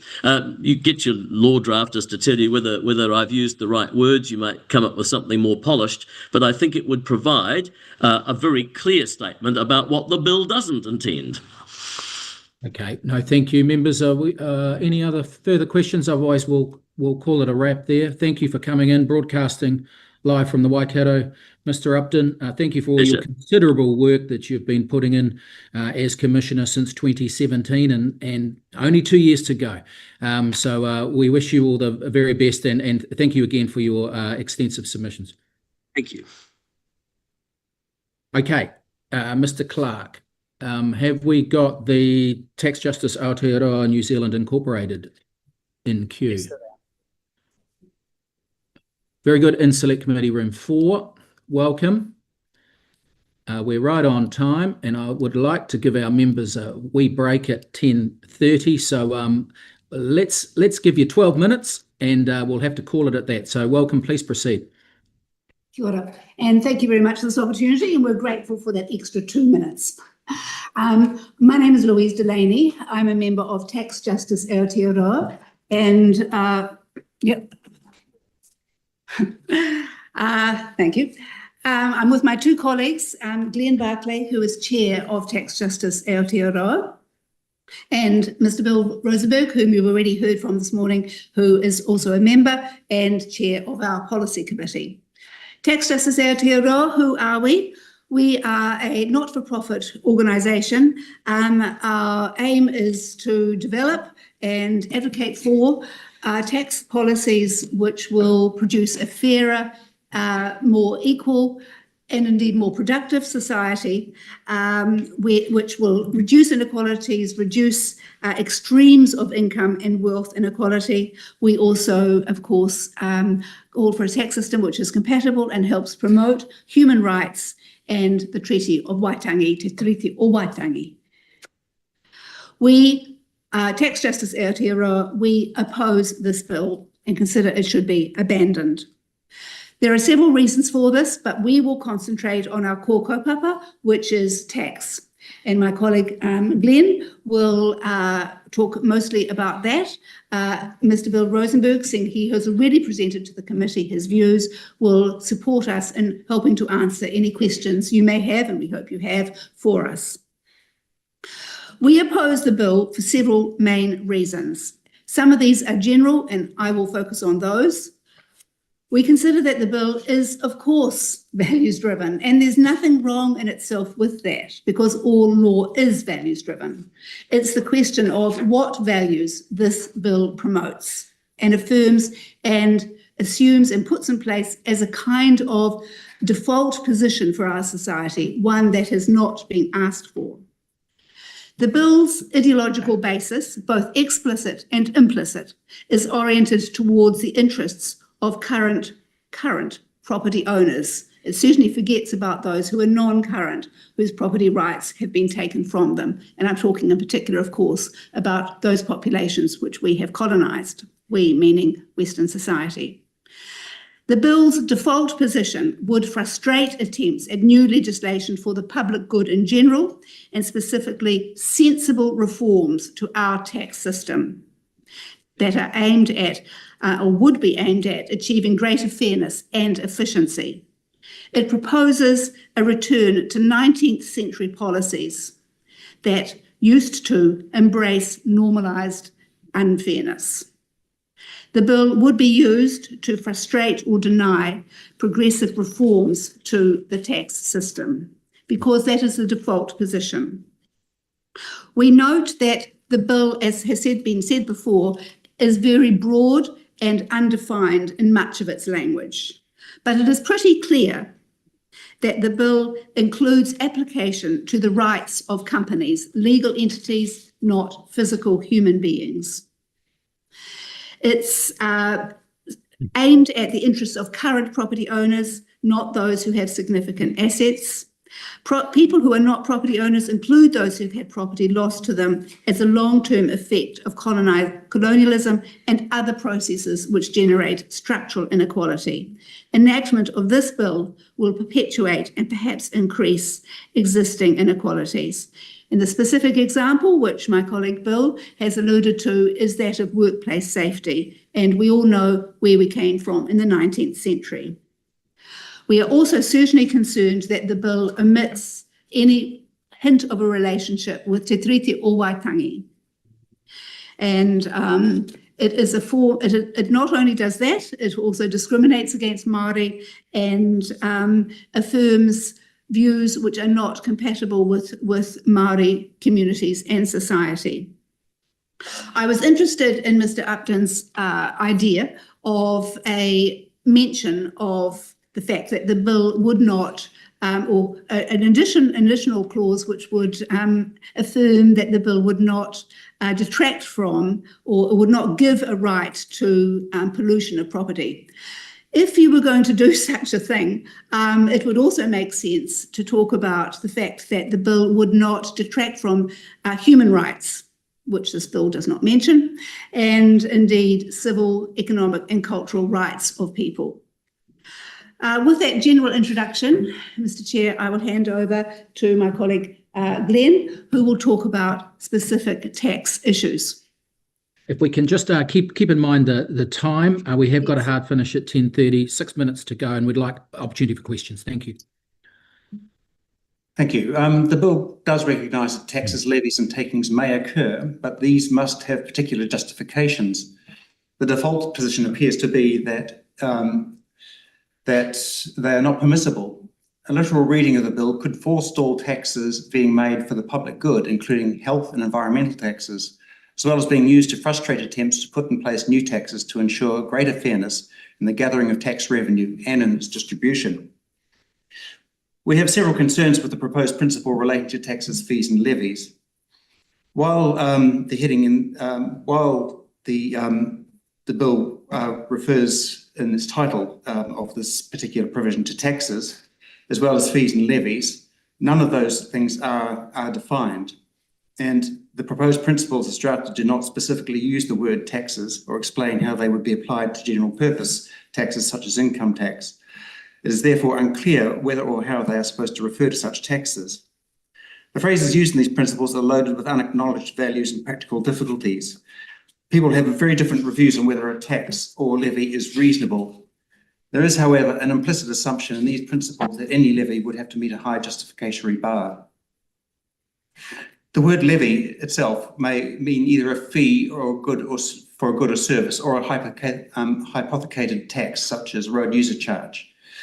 And if it is intended to also include a general purpose tax such as income tax, then this would raise significant concerns.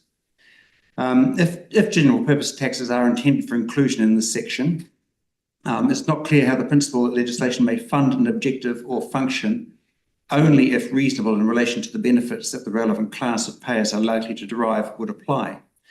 Any such stipulation would not reflect Aotearoa, New Zealand's social and economic reality, nor that of any country with which we normally compare ourselves.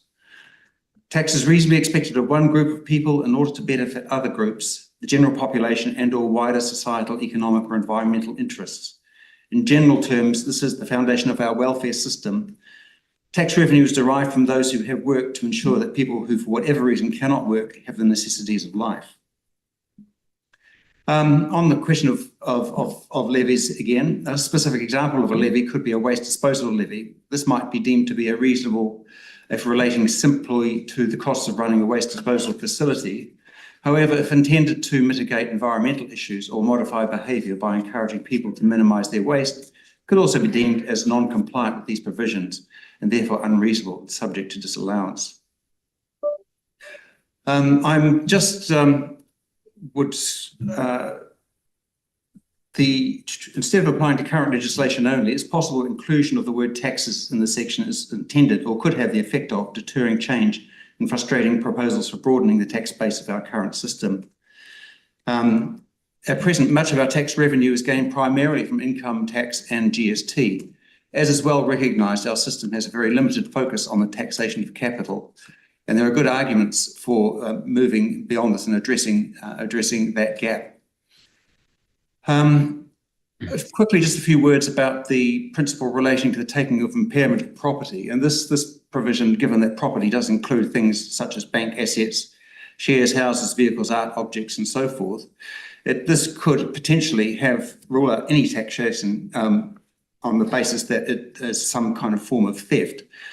Specifically, though, we are fairly clear that it would rule out any form of wealth tax. And we know that several political parties in Aotearoa currently have policies in relation to wealth tax, and therefore thwart the democratic process of those parties who were to come into power and attempt to implement those taxes.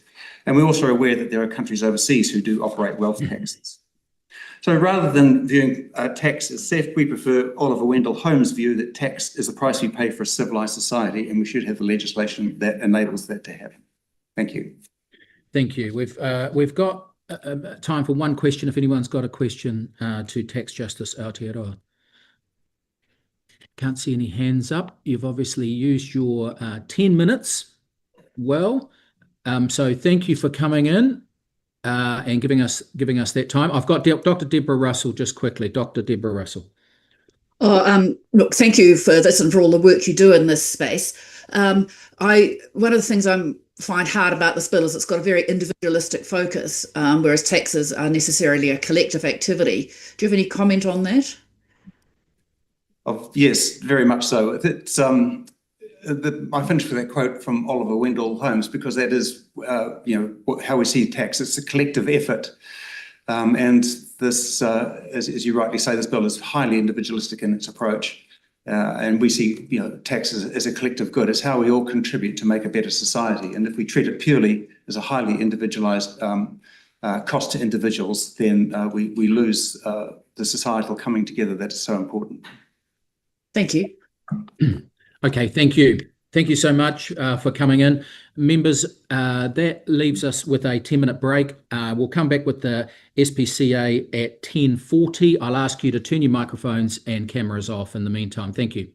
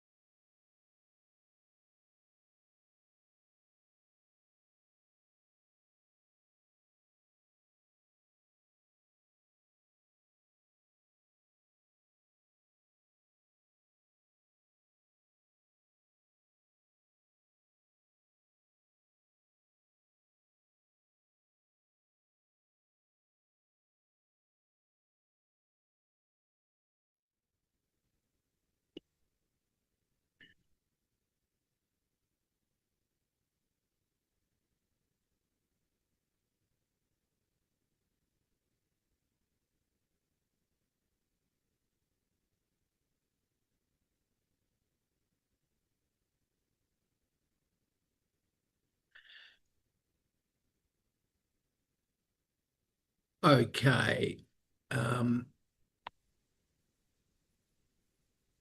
Welcome, Ricardo. Hannah, good to see you too. Mr. Clerk, have we got Marie here from the Royal New Zealand SPCA? Yes, we do. Okay, let's proceed. Oh, very good. Welcome. Kia ora. Kia ora, everyone. My name is Marie. I'm here from SPCA New Zealand from the Science and Advocacy team. As you'll know, obviously SPCA has been around in New Zealand for a long time. We've been here for over 150 years with a mission to protect animals. So we're here to talk to you today about how the Regulatory Standards Bill might impact the animal welfare system. Before I start, I just wanted to say thank you for the opportunity for us to come and speak today.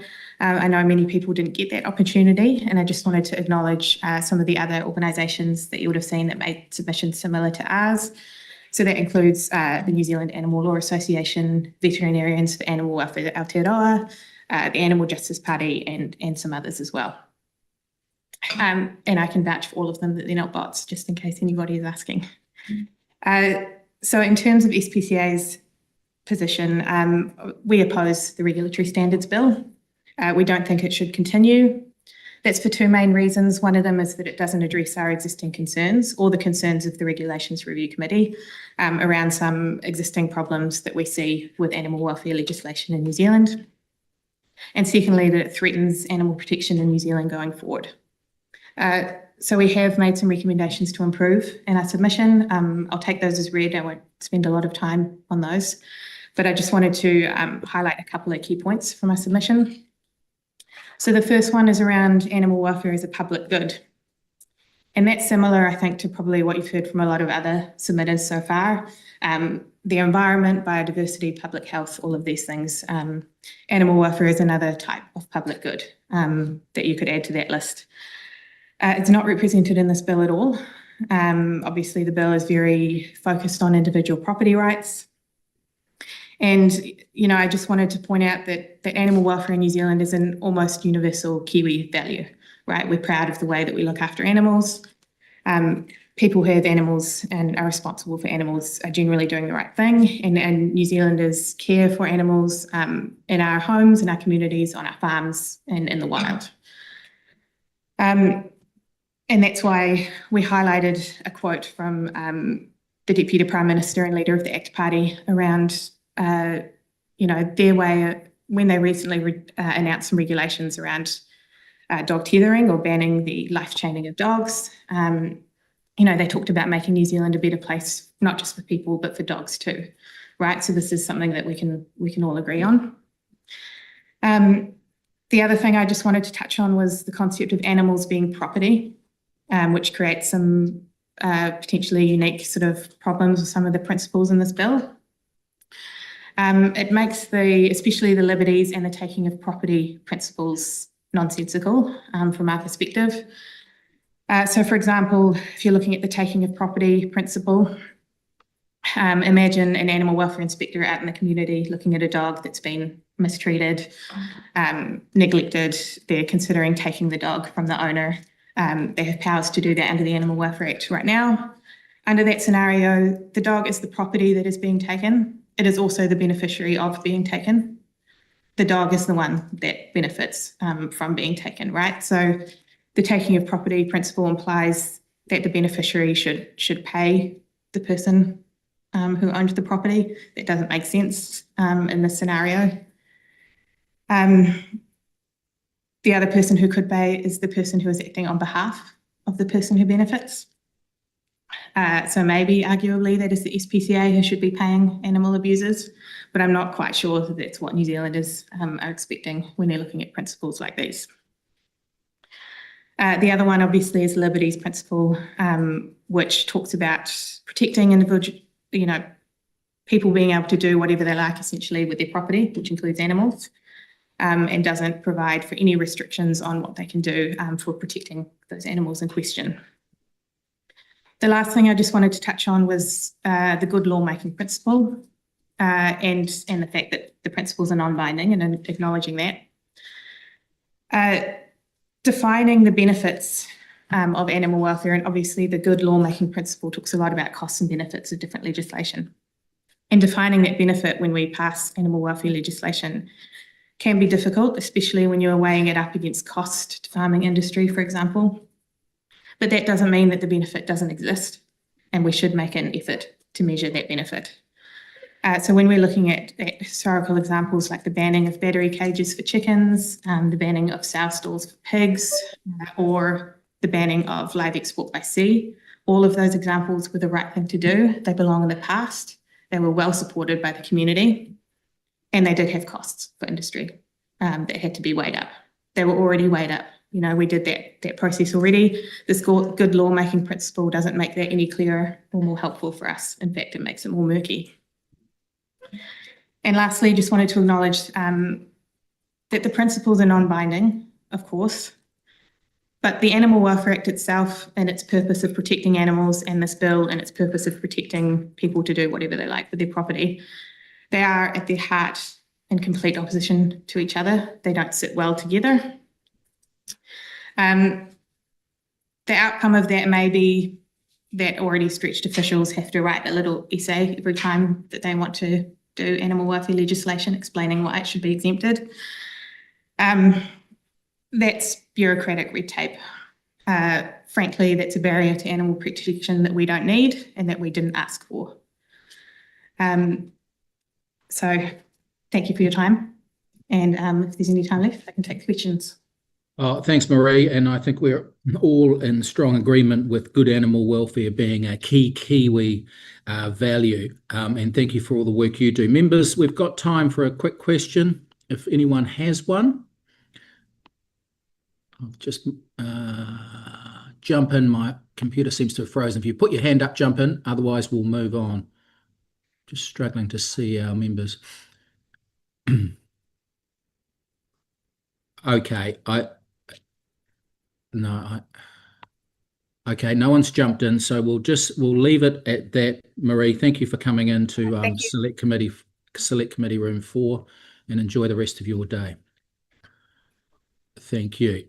Sorry, it just seems slow sometimes, and I can't see members and who's got their hands up. So if there's hesitation, just jump in. Now that brings us to the Woke Lesbbo Symposium.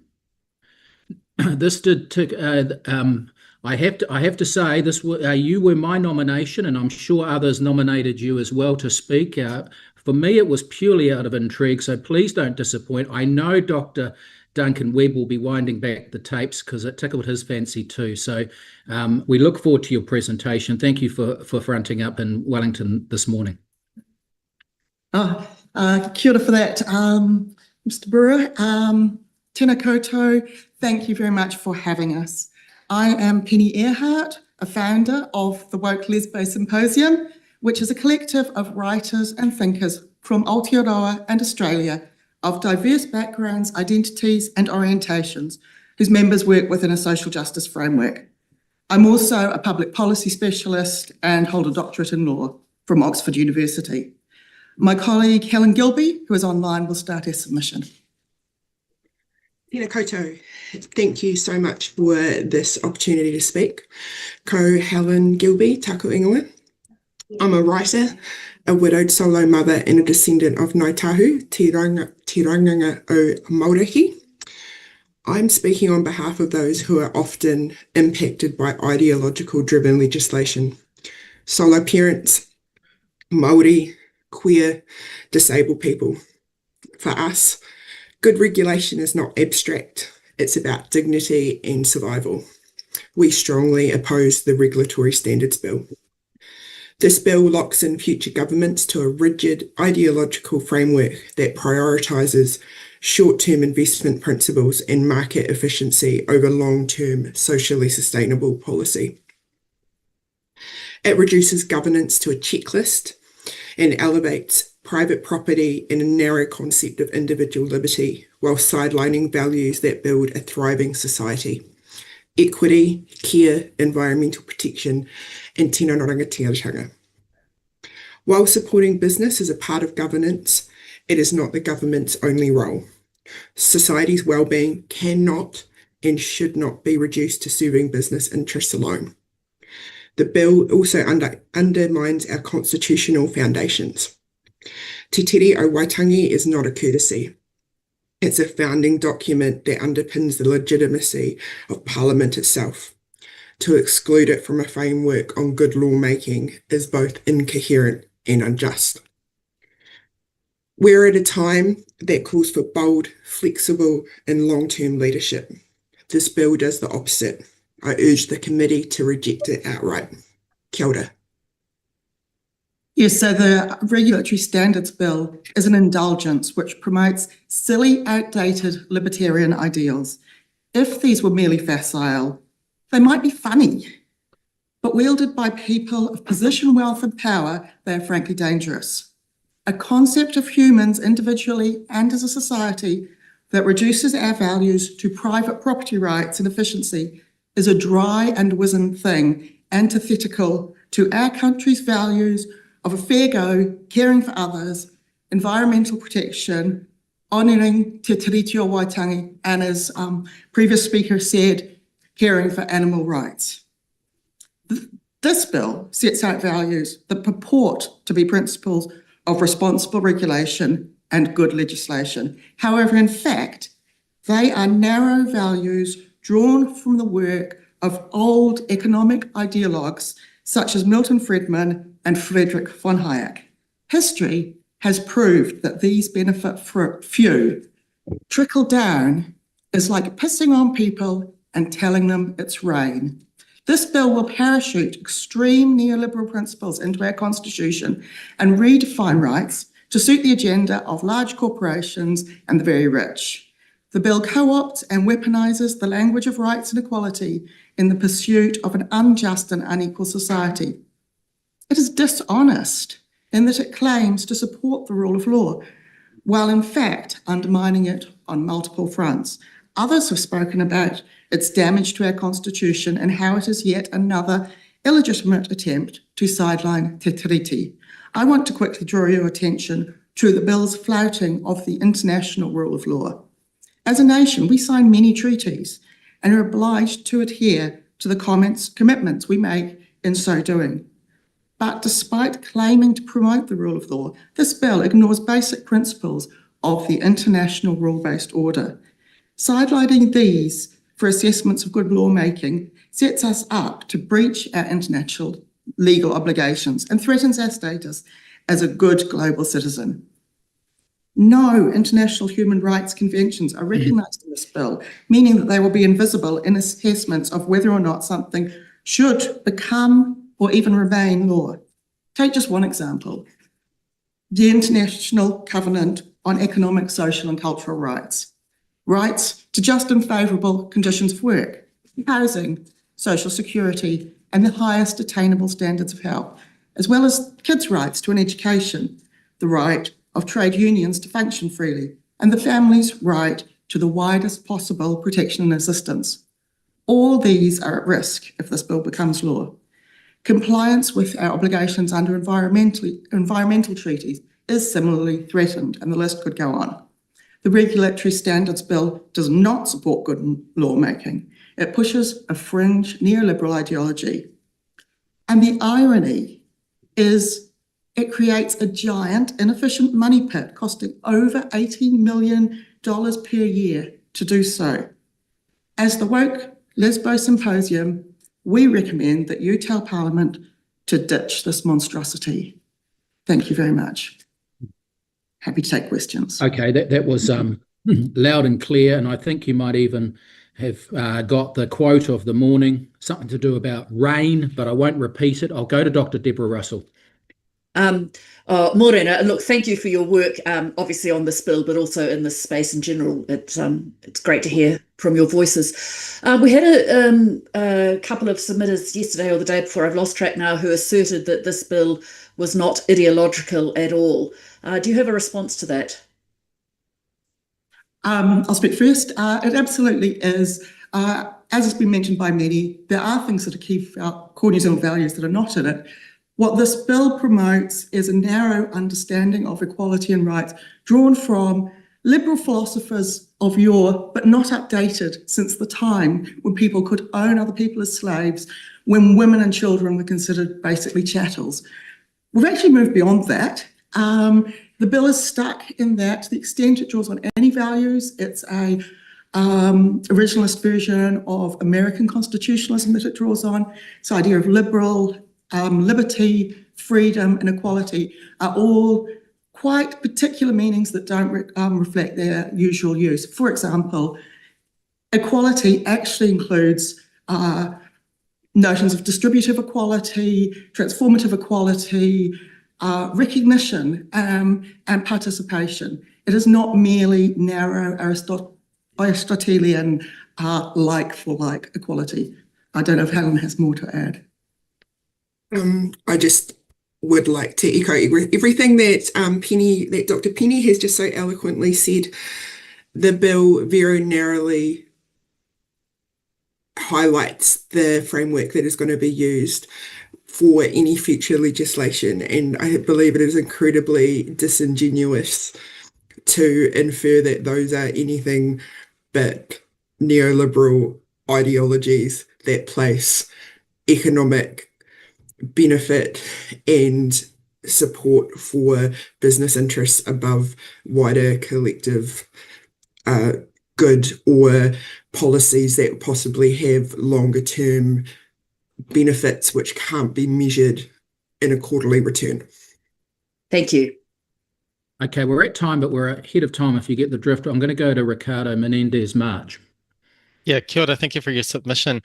I was interested in whether you had a view of what are some principles of good lawmaking that you would instead like us to shepherd and champion. Yeah, absolutely. So consultation and participation, the partnership principles in even the government view of Te Tiriti, the particular place of iwi in this country, recognition of human rights, and in addition to that, the many things that are already in our regulatory review framework that government departments and agencies are forced to go through and that produce really good reports, such as the very astute one on this exact bill. Okay, we'll leave it at that. Thank you for your very clear and articulate advocacy, Dr. Penny, and Helen. Thank you for coming in, and please keep in touch. Thank you very much for your time, and good luck. Very much. Thank you. Okay, that leads us to the NZ Māori Council. I believe, Mr. Clerk, are they in person? They're on Zoom, sorry. Oh, they're on Zoom. Okay. Very good. Okay. Welcome, ladies. Welcome to the Finance and Expenditure Select Committee hearings. You've got 10 minutes. We've got 12 minutes. If we can use it wisely, that'll be great for some questions at the end. Thank you. Ngā mihi nui kia koutou. I'm just checking whether my colleague Anthony Olsen has been let in, because he was going to start us off. If need be, I could start us off. And if we could ask your secretary, your marvelous secretariat people to check Anthony Olsen was in the email. Yes, I think, is Anthony Olsen? I'm here. Okay. Okay. Let's go, Anthony. We'll start with you. Thank you. Anthony Olsen. Thank you, Cameron. Tēnā koutou katoa, ko Anthony Olsen taku ingoa. I'm here representing Te Kaunihera Māori or Aotearoa, the New Zealand Māori Council. The New Zealand Māori Council is constituted under its own legislation, the Māori Community Development Act 1962, and has a 125-year history starting with Sir James Carroll in 1900. It represents 16 district Māori councils and 138 local committees. The council acts as a legal entity providing a collective forum for iwi and hapu. Our po or patron is Tā Tai Hākure Drui, a former chair of the Waitangi Tribunal. I'm going to take my submission as read, but predominantly or primarily focus on the submission summary. And as you'll see there's a number of items that we've clearly laid out. The Emission Treaty of Waitangi within the bill, inadequate consultation, which is a primary issue that we are concerned about. We believe that it's been too narrow and has excluded a number of Māori groups, including the New Zealand Māori Council. It prioritises individual liberties over collective rights. And of course, as Māori, the predominance of what we do is as collective people. Failure to address Māori interests within regulatory standards and a risk to law and jurisprudence, the standardising of those principles without proper consultation. I'd like to, rather than dwelling on that, I just really want to actually put some context around our submission. And I'm going to use the United States Constitution as an example. And I'm just going to read from part of that. So the US Constitution employs a system of checks and balances to prevent any one branch of government from becoming too powerful. This system ensures a balance of power amongst the legislative, executive, and judicial branches by allowing each branch to limit the power of the others. And so, in our opinion, this is exactly the opposite of what's being proposed in this bill, where they actually have a single point of regulatory control. The other part I want to actually touch on, because I do want to hand over to my colleague, Dr. Betsy Martin, and just really understanding, I find it quite interesting that the preamble to the Constitution starts with "we the people," not "I the person." And I think while the Constitution really promotes individual rights, it does that from a collective view. And so with that, I'm going to leave it and pass it over to Dr. Betsy Martin. Kia ora. Oh, tēnā koe, Anthony. And ngā mihi nui ki the Select Committee again. Thank you for this opportunity. Like many others, I'm going to just start with the recognition that at the heart of the bill, the principles of responsible regulation are defined through individual liberties and property rights. And as many others have said, these are libertarian ideological principles that don't take account of public good. We are developing a lot of thought in the Māori Council about responsible governance. And for us, this notion of responsible regulation is very problematic, because responsible governance should take account of ethical principles. And that means looking at the relational and the accountability aspects of responsibility and looking forward to future generations. Now, this bill has caused many of us to dive deep into legislative provisions and designs that we may not normally be familiar with. But we've looked at some of the legislation design and advisory guidelines 2021. And this bill, the Regulatory Standards Bill, does actually meet some of those criteria, such as providing for clarity of purpose, protection of individual liberty and property rights. However, the bill excludes major requirements of lawmaking as set out in these guidelines. So it's been very selective, even though it might be accurate in some of its purposes. So the guidelines set out a number of provisions for good law, and these are all excluded from this Regulatory Standards Bill. So I've selected a few: to consult and work with the right people, to know the context of the regulatory system, and to recognise that legislation intersects with other legislation. And here we have nothing about, for instance, the RMA and the huge extent of influence that that has, and the crossover with Ministry of Primary Industries and so on. Good legislation should think about the long term to decide high quality legislation, and think about the demands that will be placed on it over time. It should be constitutionally sound and therefore consistent with the Treaty of Waitangi. And the Cabinet Manual requires ministers, when submitting bills, to draw attention to the aspects of the bill that have implications for the treaty. So this bill is of constitutional order. It's at the level of constitutional significance. Therefore, the New Zealand Māori Council gives priority to the exclusion of the treaty and of Māori rights and interests. This bill takes no account of responsible governance in the sense of the interests of Māori as provided for in the treaty. The notion of equality is very problematic because the starting point we have in Aotearoa, New Zealand at present is that we have entrenched inequality. So therefore, there is not equitable access to the law.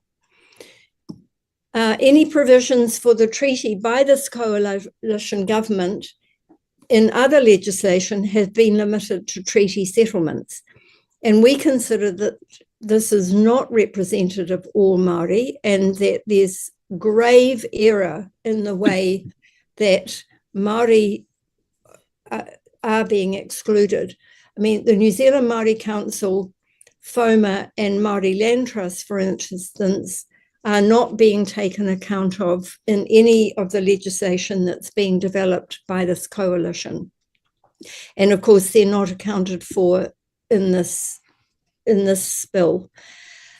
So we wanted to also bring up the issue of the provision of life supporting capacity of particularly air, water and oceans. Now, there's a very interesting recent article by Sir David Baragwanath, who puts out a very strong case for water and air to be matters of the Constitution. And there's absolutely no provision for these to be taken account of in this legislation. And I think there's a lot to say about that, but I'm just going to say that that's extremely significant, and New Zealand hasn't addressed this very well at all. And a couple of last points. The Regulatory Standard Board, this is a very unaccountable process. The board is to be appointed by the minister, and it sidesteps any representative process. It accrues all power and interests internally to the Minister for Regulation. Completely sidesteps any representative process.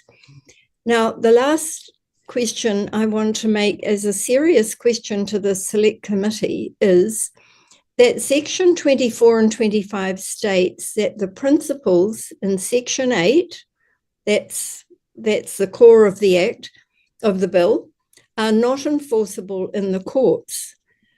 This therefore overrides the constitutional principle of the separation of powers and channels overriding powers, regulatory powers, into the minister through the board. So the New Zealand Māori Council wants to make a bold proposal that the Crown should halt the introduction of this regulatory standards bill and allow for meaningful engagement and collaboration with the New Zealand Māori Council in redesigning the bill. Okay. Thank you. Thank you for your very full submission, Ms. Martin and Mr. Olsen. Because it's the New Zealand Māori Council and because it's Dr. Duncan Webb, I'm going to allow a question. We're over time, but Dr. Webb. Well, thank you for your indulgence, Mr. Chair. Just curious, not at the centre of your submission, but this bill centres on property rights, and I wonder if you might have a view about what that might mean to Māori around things like customary rights, Indigenous knowledge, or cultural items such as waiata or traditional patterns. Yes. Have you thought about that? Yes. Anthony, do you want to respond to that? No, I'm quite happy for you to handle that, Dr. Martin. I just think from my perspective, though, if I just have a quick korero about that, is that, property rights are very specific. And I think Dr. Martin's laid it out very clearly, Dr. Webb, that really that is not something for an individual to actually have a view on. It is a collective view. And what the New Zealand Māori Council is promoting is comprehensive consultation with the New Zealand Māori Council to actually tease out those very things that you're raising. Okay. And could I say we are promoting and trying to give guidance on how collective property rights should be provided for in any legislation. This is something that New Zealand seriously has to move forward with. Okay, we'll leave it at that, but thank you for your very full and considered submission to you both. Thank you. Thank you. Okay, that takes us to the Rainbow Support Collective. Mr. Clerk, we've got them in the meeting room, have we? Yes. Welcome, and please proceed. You've got 10 minutes and we look forward to it. Ata Maria, kia koutou. My name is Kate. I'm here to speak on behalf of the Rainbow Support Collective. We are made up of organisations doing on-the-ground direct support for rainbow populations, including specialised focuses like transgender, intersex and youth. Our collective kaupapa expects our member organisations to uphold and embrace Te Tiriti o Waitangi, and we expect the Crown to do the same.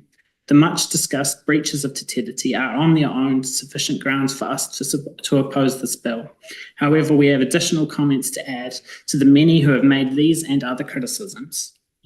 Our written submission focused probably too much on the legal background of this bill. We would like to dedicate our time discussing the dire situation that government neglect has created for rainbow people and how that neglect would only be exacerbated, potentially lethally, by the extraordinary antipathy of this bill. This bill will have acute adverse effects for anyone with a lower income. Census data shows that rainbow people are underemployed, less likely to own their own business, retire later, get promoted slower, and face higher levels of unemployment across the board. These results are particularly acute for disabled people, rainbow people and transgender people. The Counting Ourselves report shows that in 2022, 2/3 of trans people had a median income less than half that of the general population and were twice as likely to be unemployed. There is a systemic pattern where you are more likely to be a preferred candidate if you are not rainbow. For our service users, this means endless, fruitless job searches, knowing you are just as qualified as a colleague who got promoted over you, being overqualified for your work. We hear the worst stories where rainbow people are targeted with bullying and outright harassment in workplaces where employers believe this is an acceptable way to treat rainbow people. We know they have a legal responsibility to ensure their workplace is safe and non-discriminatory. But more often than not, when you next see that person, they've left their vocation rather than stand up against their mistreatment. This bill would privilege the liberty of the employer to disrespect their staff over the rights of the employee to be treated with respect. Rainbow people face elevated rates of housing instability, particularly youth, takatapui, disabled rainbow people and transgender people. Home ownership rates in New Zealand have been trending violently downward for some decades as the free market fails and fails and fails and fails to meet the demand for adequate housing. Rainbow people are notably less likely to own their own home than the general population.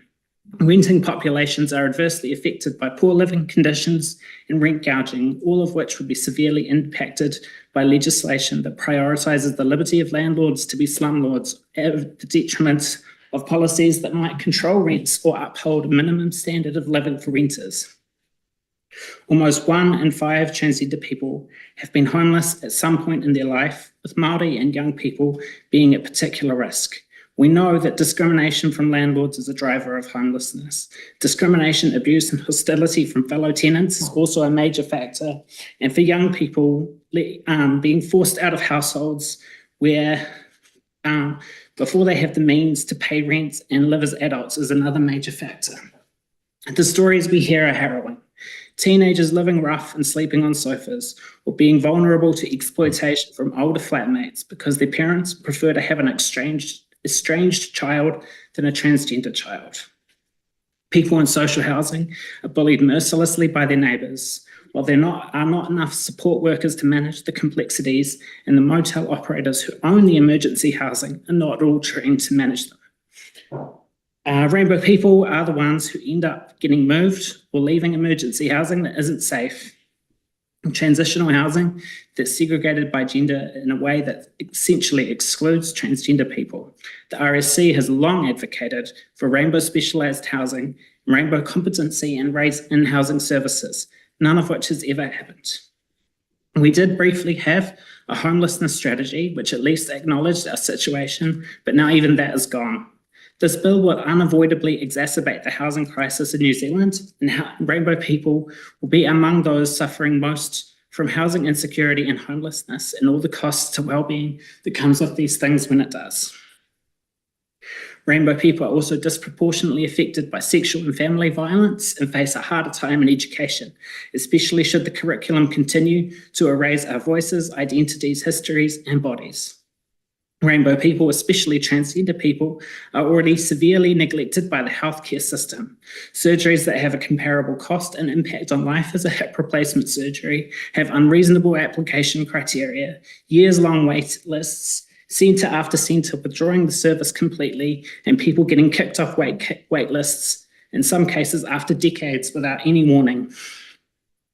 People come to our services for peer-to-peer navigation. They need housing, healthcare, and rainbow competent services to refer them to, but already these are thin on the ground. We've seen, under this administration, we've seen specialised mental health support shrink in favour of a one-size-fits-all system that is not fit for purpose to help with rainbow-specific issues. Our peer support services are forced to become crisis support services as a result of the overwhelming lack of infrastructure and deafening silence from legislators when it comes to even acknowledging these problems exist. We're already hanging on by a thread to keep our doors open and the lights on, to provide a service to a struggling population, for many of whom we genuinely exist as life support. The free market idealism of this bill has already neglected us because we are vulnerable and because it can. If this is the yardstick against which the quality of legislation is to be measured, it will result in crisis, mental health problems, higher risk of crime, and suicidality and death for our communities. We oppose every section of this bill, particularly Section 8, and urge the committee to recommend the bill not proceed. If there's questions, I'll take them, but otherwise I could keep going.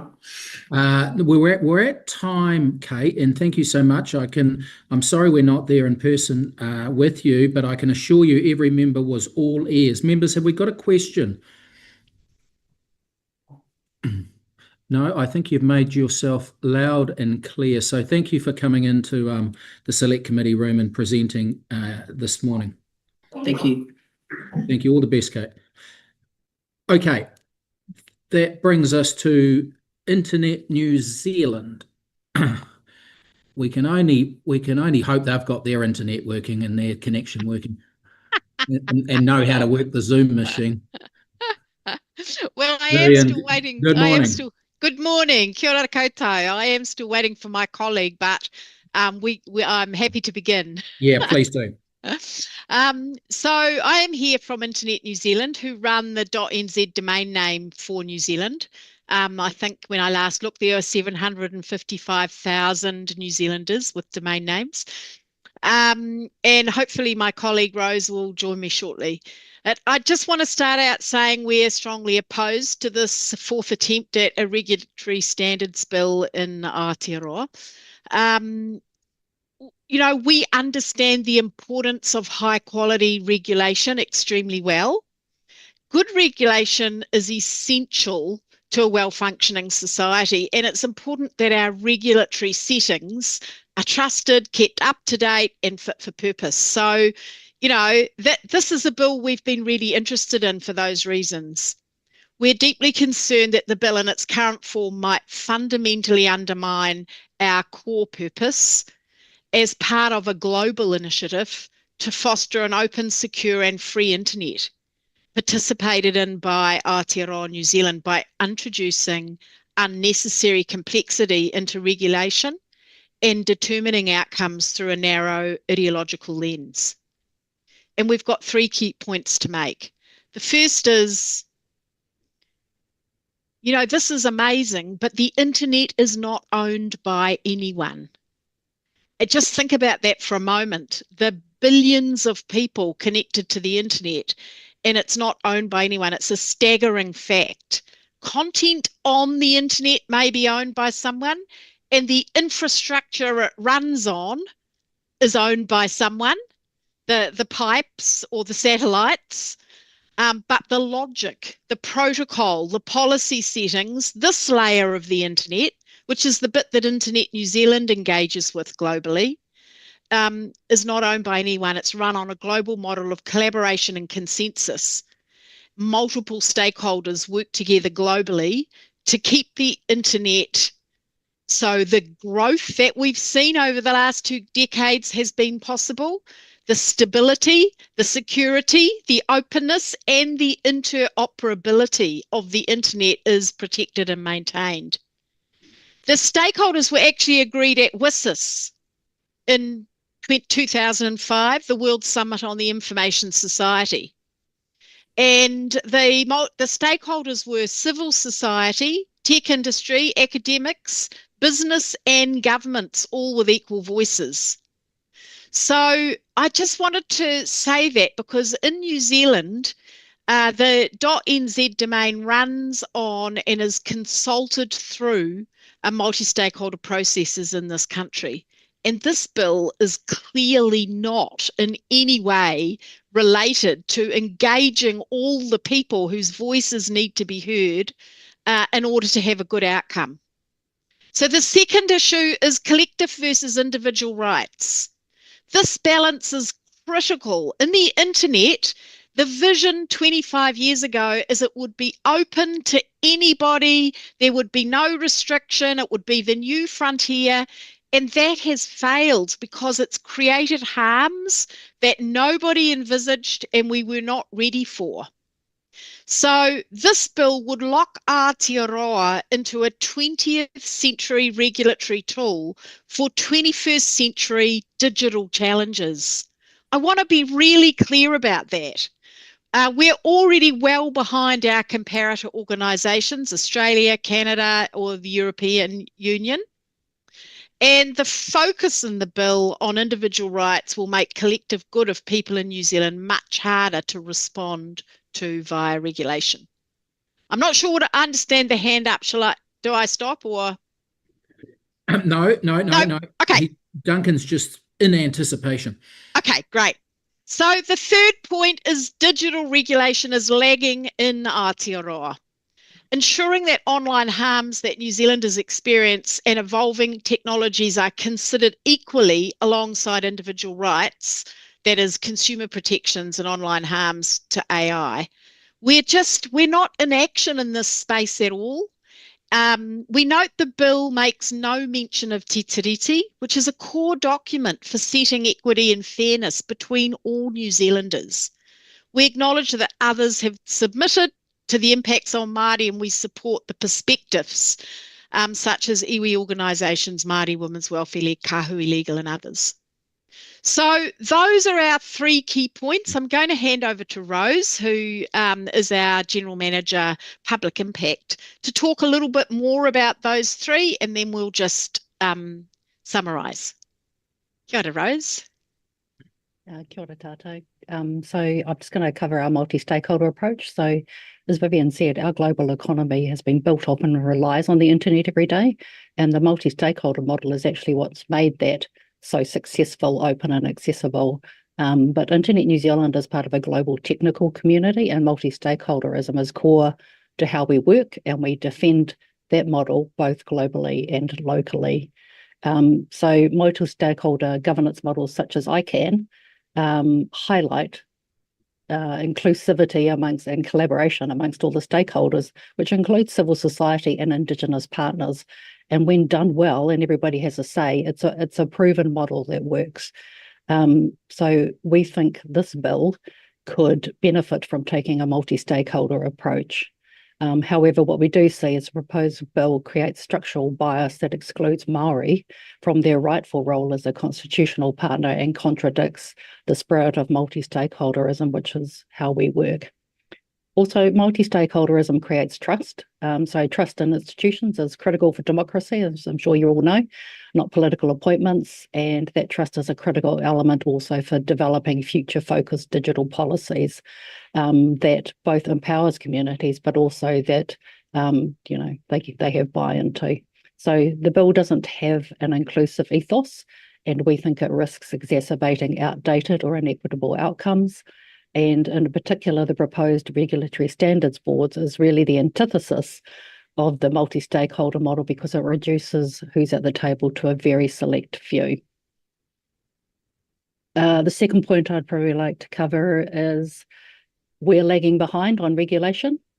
So the bill appears to contradict global regulatory trends in the digitech sector, where New Zealand already is lagging behind our international counterparts, as Vivian said, such as the European Union, Canada and Australia, much further ahead in regulating online harms, consumer protections and emerging technologies.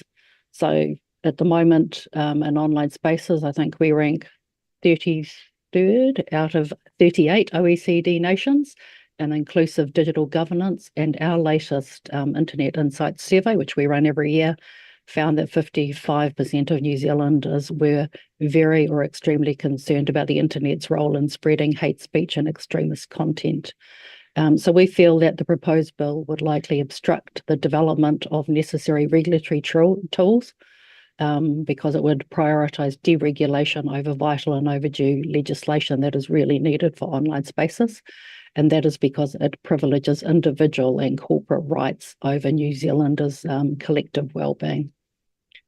Also, we think an adaptable regulatory framework is needed to respond to the range of emerging challenges we see in these spaces, such as cross-border data exploitation, AI-generated deepfakes, fake websites, which we see a lot of, and algorithmic discrimination. So these issues all require regulatory approaches that consider the impacts on communities and social cohesion. I'm going to hand back to Vivian. You're on mute, Vivian. Thanks, Rose. Collective rights versus individual rights.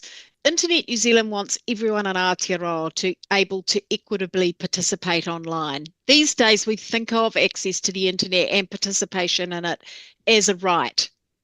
The bill's liberty principle, which is clause 8, and the strict proportionality test, clause 20, are likely to undermine essential efforts to address complex society-wide digital challenges. The bill's principles focus on individual liberties and may limit the comprehensive analysis needed to protect citizens from online harms, particularly collective harms, such as to a group of women, those disproportionately experienced by marginalised communities. By requiring regulations to be assessed against a rigid framework, the bill prioritises minimal state intervention and prevents a comprehensive analysis of the state's obligations to protect citizens from documented online harms. So, in closing, we do not support this attempt to pass the Regulatory Standards Bill. We do support pursuing alternatives that are evidence-based, building cross-parliamentary consensus, and prioritising fit-for-purpose digital regulation. Thank you. Okay. Oh, thank you, Vivian. Thank you, Rose. I can't see any hands up in the air. We're at full time, slightly over, so thank you for your comprehensive submission and your presentation to you both, and all the very best for the rest of the day. Thank you. Thank you. Okay, I think we've got Tom Bennion in queue. Tom? Kia ora. Kia ora. Can we see? Oh, wow. Now that is one individual. Can we? We've got 5 minutes. Our clerk's office has kindly given us a little bit of buffer time after you, so we'll be very generous with this 5 minutes. But do as best you can. Thank you. Yes, thank you. You've got me down as an individual submitter. The group that's with me, Muaūpoko Tribal Authority, also made a submission. I'd just like them to mihi to open my submission and before I speak to it. Tuia ki runga, tuia ki raro. Tuia ki waho, tuia ki roto. Tuia ngā kōrero, tuia ngā whakaro. Tuia tāua ki a tāua. E rongo whakeiri ake ki runga ai. Haumi e, hui e. Taiki e. So thank you, members, and thank you for being letting me be one of the few people selected people who's been appearing before you. We're a small law firm. We represent several iwi organisations. We represent several non-government health organisations and social welfare organisations. We also represent a number of environmental groups. And the work of these bodies, and including these people behind me, working for whānau, working for tamariki, working for the environment, they touch the lives of hundreds, collectively from our clients, thousands of New Zealanders every day. They are very busy people. They really don't need to take time out, as a number of them have with submissions, and I have too, to make submissions on this sort of bill. And let me explain why. The Minister for Regulation has specifically said this bill is based on the work of the economist Bryce Wilkinson. Now, Mr. Wilkinson was on radio yesterday and rather insultingly said, we're all involved in groupthink in opposing it. We're not involved in groupthink. We've read what Mr. Wilkinson said. And what Mr. Wilkinson says is government agencies that are involved in seeking greater safety, and these are his words, more conservation, a cleaner environment, or greater benefits for women, children, or Māori are inappropriate. We should simply have market mechanisms for all of these matters. So that is what this bill is about. We find that disturbing. We find it completely insulting. It basically says, if you die in your workplace, get a lawyer.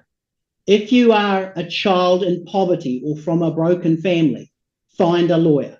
There's no ambulance at the bottom of the cliff that Mr. Wilkinson doesn't think is appropriate.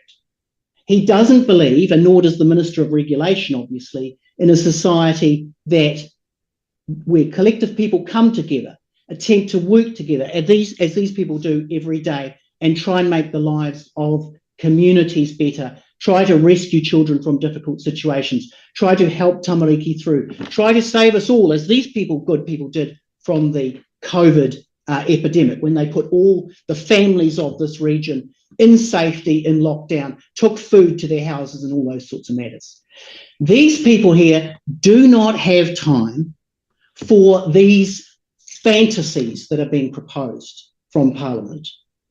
They fervently wish that their government did not require them to appear, to take time, to write submissions, to give Parliament basic lessons in governance. And that also brings me to just the second quick point I want to make. This bill proposes that the Minister for Regulation and his buddies can write letters to all these good people here behind me and say, are you efficient? And could you please tell us about how efficient all your contracts are? And by the way, can I just note at the bottom of my letter, we can go to court and get an order for contempt if you don't tell us how efficient you are. They don't have time for that.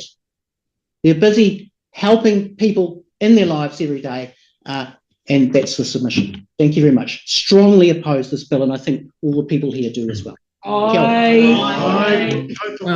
Thank you, Tom. And as I said from the outset, I'm happy to give this 10 minutes. 16 of you present. Can you just give us, for those that might have joined in since the beginning, just an introduction of the people behind you and where you're coming from today? Oh, kia ora. ngā mihi. We are the kaimahi and whānau of Muaūpoko Tribal Authority. We are a community organisation for social services, hauora services, environmental services, youth services, whānau ora services, treaty partnerships, building of a roadway, the largest roadway in the history of the country, building and development of the largest wetland in the country, partnering with the Lake Horowhenua Trust, who privately own Lake Horowhenua, the second to most polluted lake in the country, supporting 28% of New Zealand's veggies, and we come together collectively to make a difference for not only for our whānau, but for all members of our community. And we partner with councils, regional, etc. We are pre-settlement, so everything we do has a huge proportion of aroha. We can't pay people what they're worth, so we find the people who give a damn about what they're doing. And this bill is absolutely an insult, as Tom said, and preposterous. All it does is put the rights of individuals and arguably Darwinism ahead of collectivism. And as I've said to the guys today, we are human beings. As a species, we are a social being. This is very disturbing, and we oppose it vigorously. Okay, loud and clear. So do I presume you're being broadcast from Live-In? Taitoko, yes, you're right. Very good. I took all of it. Very good, very good. There we go. Dr. Deborah Russell. Kia ora tātou, and thank you very much for this submission. I was delighted to hear that last phrase, that we are social beings.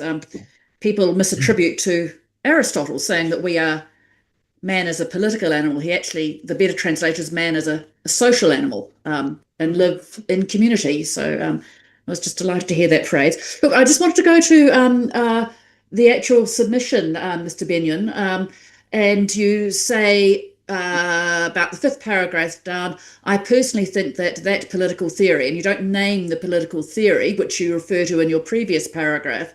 Can you actually name the political theory for us? Yes, well, I suppose it is if I read Mr. Wilkinson's work on which all of this is based, it's a sort of a very, very thin neoliberalism. It's just simply a theory that says market failure is the only thing to be addressed. You don't try and prevent market failure. You wait till it happens, and then when it does happen, government doesn't step in, except in the last resort, until after everybody's gone and lawyered up and litigated to try and resolve the issue, which is just a very bizarre sort of early 19th century view of the world, perhaps 18th century. Yeah. Thank you, and thank you to you and the entire whānau gathered there for the work that you do. Yes, any other questions, members? Ricardo Menendez-March. Yeah, kia ora koutou. Thank you for your excellent submission. I wanted to ask, and whoever from the group can step in to answer, what are some better lawmaking principles that you would like to see us championing instead of the bill? I think that I'm not prepared for that question, but we're going to go with what we know. I think the safest pathway forward is that if we are incorporating treaty principles and an understanding of that founding document, which I realise Mr. Seymour was asking for more clarity on, then that will provide the right pathway for our thinking and increase the chance that our lawmaking will end up being more balanced than what this proposes. Thank you. And I just add in there, I think a basic environmental and social principle is important as well. But that's the lawyer. Okay, look, thank you so much for all 16 of you for your time, energy and attendance. We really appreciate that. And I think you've shown how to turn an individual submission into a group submission is frankly just turn up. And the chair can argue little. So well done that you've made your points well and truly clear. All the best for the rest of the day, and thank you again for the work you're putting into this. Kia ora. Thank you very much. Thank you. Okay, well, I think members will agree that that was the best way we could have spent our 5-minute buffer period and the greatest courtesy that we could have given those great people. Now, we've got the Railway and Maritime Union at 11:40 on Zoom. Is that right, Mr. Clerk? Yes, it is. Got Sam Okay. Kahui from the union. Oh, Sam Kahui, kia ora, welcome. You've got 10 minutes. We look forward to it. Please proceed. Kia ora koutou, Mr. Chair and committee. As has been outlined, I'm here with Todd Volster, General Secretary from the RMTU, and presenting this oral submission on behalf of the Rail and Maritime Transport Union. We've essentially got 5 points to make. The first one is firstly, we outright reject the bill in its current form and seek its removal and not going to the next stage. The reasons for that are the journey that this bill has taken to the House. We look at the Waitangi Tribunal interim report, and it very much tells us that the government, or the cabinet at least, have signed up to have this bill come to the House without meaningful consultation with Māori, and that amounts to, in the view of the Waitangi Tribunal, a breach of both partnership or principles of partnership and active protection under Te Treaty, or under the principles of the treaty, and in our view, breached the treaty itself. Furthermore, those behaviours actually breach more recent undertakings that the government have made to iwi and iwi settlement legislation of recent years. We believe that the government has acted in bad faith, which again breaches the treaty and those more recent undertakings. Second, we don't believe that this legislation is necessary, and government's own official advice supports that. The regulatory impact statement, amongst other things, say that the officials believe that what this bill sets out to achieve, or at least the statement that says the reason for it, can be achieved in other ways, pursuing existing legislation or existing mechanisms. Thirdly, this bill seeks to elevate certain principles into law higher than existing principles, and we believe that that will, or we're alarmed that that will skew the playing field and skew outcomes, particularly for minority groups, Māori, Pacific Islanders, the disabled, and the environment, as those individual property laws are elevated above those of the collective. Number 4, the retrospective attributes of this law. We've already concerned that those elevated principles will skew things for the future. We think that it will narrow the vision of Parliament, because some new legislation could be very hard to put through because it would be inconsistent with the tests that this bill provides for. And when in 10 years' time we have that measure put over existing legislation, it will further undermine existing legislation and the position that we find ourselves in today. We believe that the only way forward would be for people to go to court and try and get rulings on some of the new principles, which are as yet not fully defined. And lastly, we are concerned about the powers that are given to the Regulatory Standards Board and therefore the Minister who appoints and selects that board. That's pretty much it. Okay, Sam, well articulated, loud and clear. I'm going to go to Dr. Duncan Webb. Kia ora, Sam. Thanks for that submission, and thanks for the work you do with our Island Maritime workers. Just interested in your views on what this might do to the rights of workers, because obviously if there are employment law changes, and we're seeing a few, any changes in favour of the workers would have to be sort of run through this filter and checked against it. What do you think about that and what it might do to the rights of workers? I think they would be further undermined and significantly. You know, we can see other parts of the world where workers have very few rights, and we would be in a race to those places.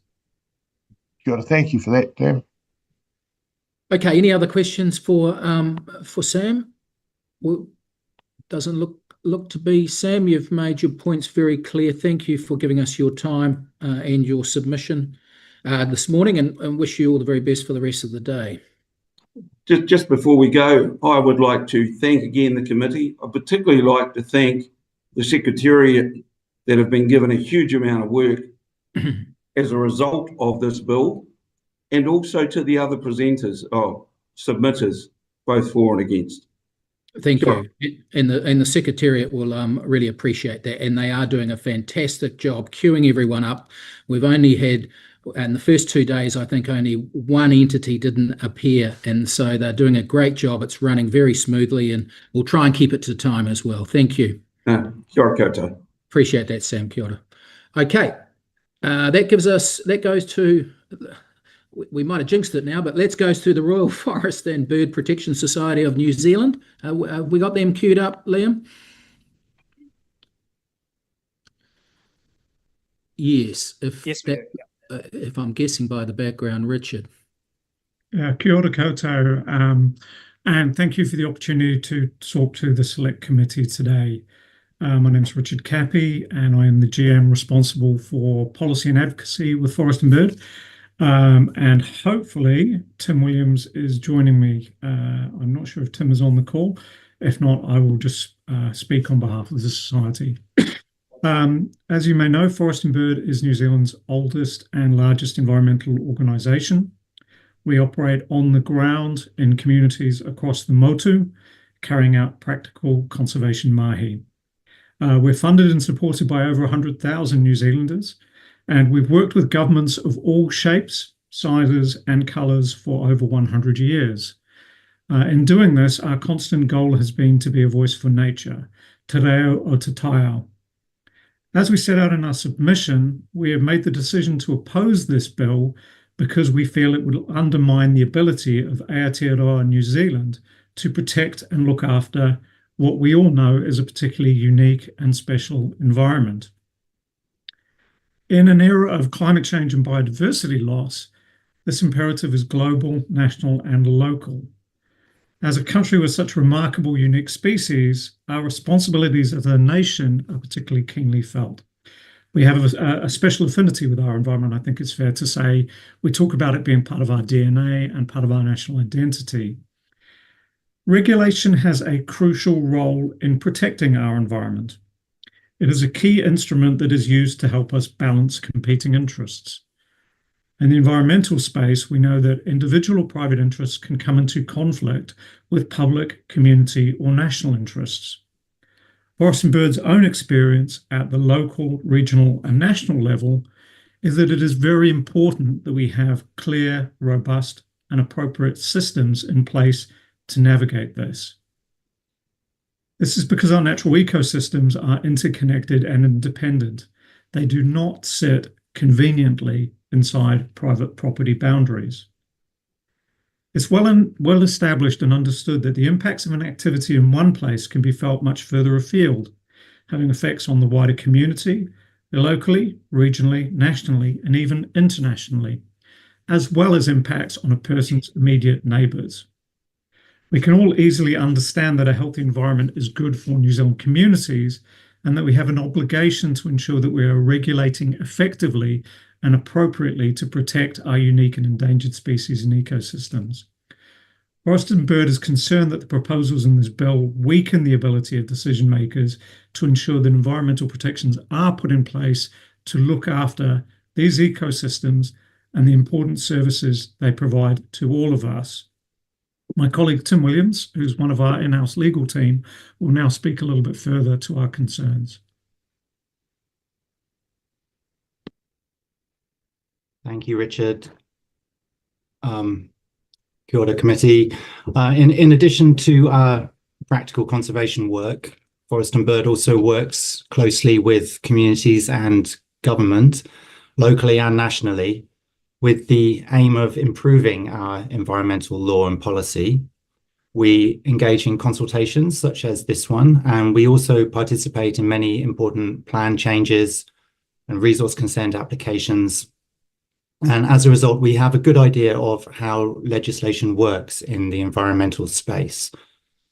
As well as promoting ways to improve environmental law and policy, we also focus on protecting existing provisions that are already working to protect our environment. As Richard has said, a healthy environment is good for all New Zealanders.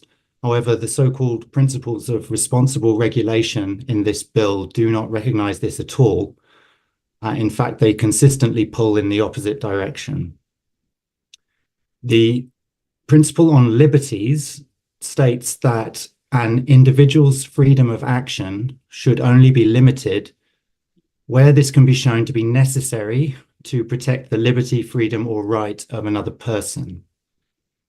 In the environmental space, this can sometimes be very difficult to do and is an unhelpful distraction from the wider purpose of environmental legislation.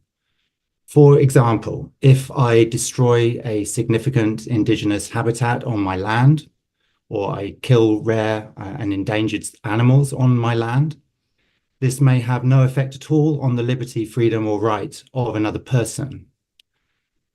The bill implies that legislation to prevent me doing this, of which there is plenty in New Zealand, is irresponsible, and this must surely be wrong. The principle of taking of property is also deeply problematic from an environmental perspective. The idea that there should be a good justification for taking or impairing property without the consent of the owner is well established and deeply ingrained in New Zealand law and society. However, the bill goes much further than this by creating an expectation that property owners, including large and powerful corporations with teams of lawyers, should be compensated if their property rights are impaired in any way by legislation. For example, this could include laws requiring people to fix environmental damage that they've caused or dispose safely of hazardous waste. These activities can be expensive, and the "and" between subclauses 1 to 3 of this principle is significant. According to the bill, not only must there be a good justification for a law, but compensation must also be provided.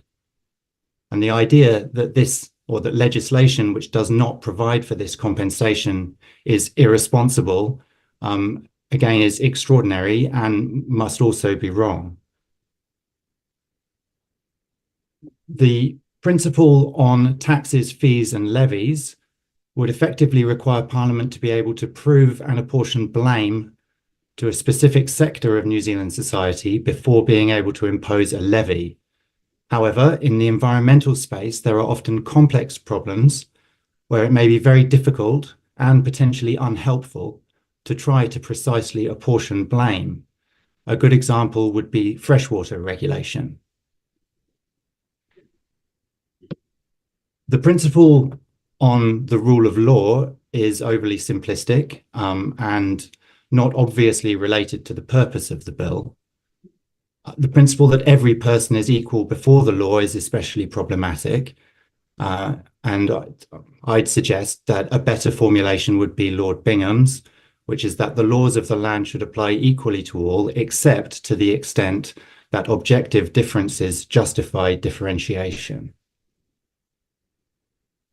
Overall, this bill has sought to preference individual and private economic rights to the detriment of collective well-being and environmental protection. This narrow approach fails to reflect the shared values of many New Zealanders who place significant importance on the health of their communities and ecosystems. The bill is also completely out of step with international norms and obligations. Finally, we note that the existing system already provides for an alternative and better approach, and Forest and Bird considers that work on the regulatory standards bill should now be stopped. Thank you. Okay. Thank you, Tim, and thank you, Richard. We have got a couple of minutes for questions. I've got one from Dr. Webb. Oh, kia ora, thank you. Thank you for that submission. We had the Parliamentary Commissioner for the Environment talk about pollution. We've got a submitter tomorrow also, and in their submission, they talk about the question of whether polluters should be compensated for stopping, and I thought it would be a good opportunity to put it to you. So this submitter says that if anyone is acting legally, that is, say, polluting, and Parliament decides what they are doing is illegal, therefore reducing the value of their property, it should address the compensation issue. So the suggestion there is that if someone's polluting into the environment and they're told to stop, the law has changed, they should be compensated. Do you want to comment on that? Well, that's my understanding of the principle as stated in the bill. Yes. And what's your view in terms of that, the impact on the environment, and whether we should be supporting that? Well, I certainly don't think we should be supporting that at all. No. Yeah, essentially. All right. Okay. Thank you. Okay. Thank you, Tim. Thank you, Richard, for the work that you do at the Royal Forest and Bird Protection Society, and thank you for your submission this morning. All the best for the rest of the day. Thank you. Your order. Thank you very much. Thank you. Okay, we've got UNICEF Aotearoa New Zealand. Are they on queue? Kia ora, good morning. I'm Claire from UNICEF Aotearoa. Can you hear me? Yes, we can, Claire. Thank you, and thank you for being queued up just ahead of time. So we've got a full 10 minutes. We look forward to your presentation. Hopefully we can have a few questions and answers at the end. Wonderful, thank you, Cameron. So kia ora koutou katoa, ko Claire tōku ingoa. I'm the Head of Policy and Advocacy at UNICEF Aotearoa, and I'm going to hand over to our Director, Teresa, to start us off today. Ai, tēnā koutou katoa, ko Teresa Tiffany Ashton aho, and I'm the Director of Advocacy and Communications for UNICEF Aotearoa, and we really appreciate being invited to submit today. UNICEF Aotearoa is a non-partisan NGO working to fundraise for children globally and advocate for children's rights here in New Zealand and around the world. And to sum up our position, UNICEF Aotearoa opposes the regulatory standards bill as we're concerned about the impact it will have on the realisation of children's rights. We'll take this opportunity to highlight the specific children's rights that we're concerned about the legislation affecting. And of course, we use the United Nations Convention on the Rights of the Child as our guiding framework. And it's our role in Aotearoa to advocate to the government to uphold those rights. New Zealand has been a signatory to the UN Convention on the Rights of the Child since 1993, which is over 30 years.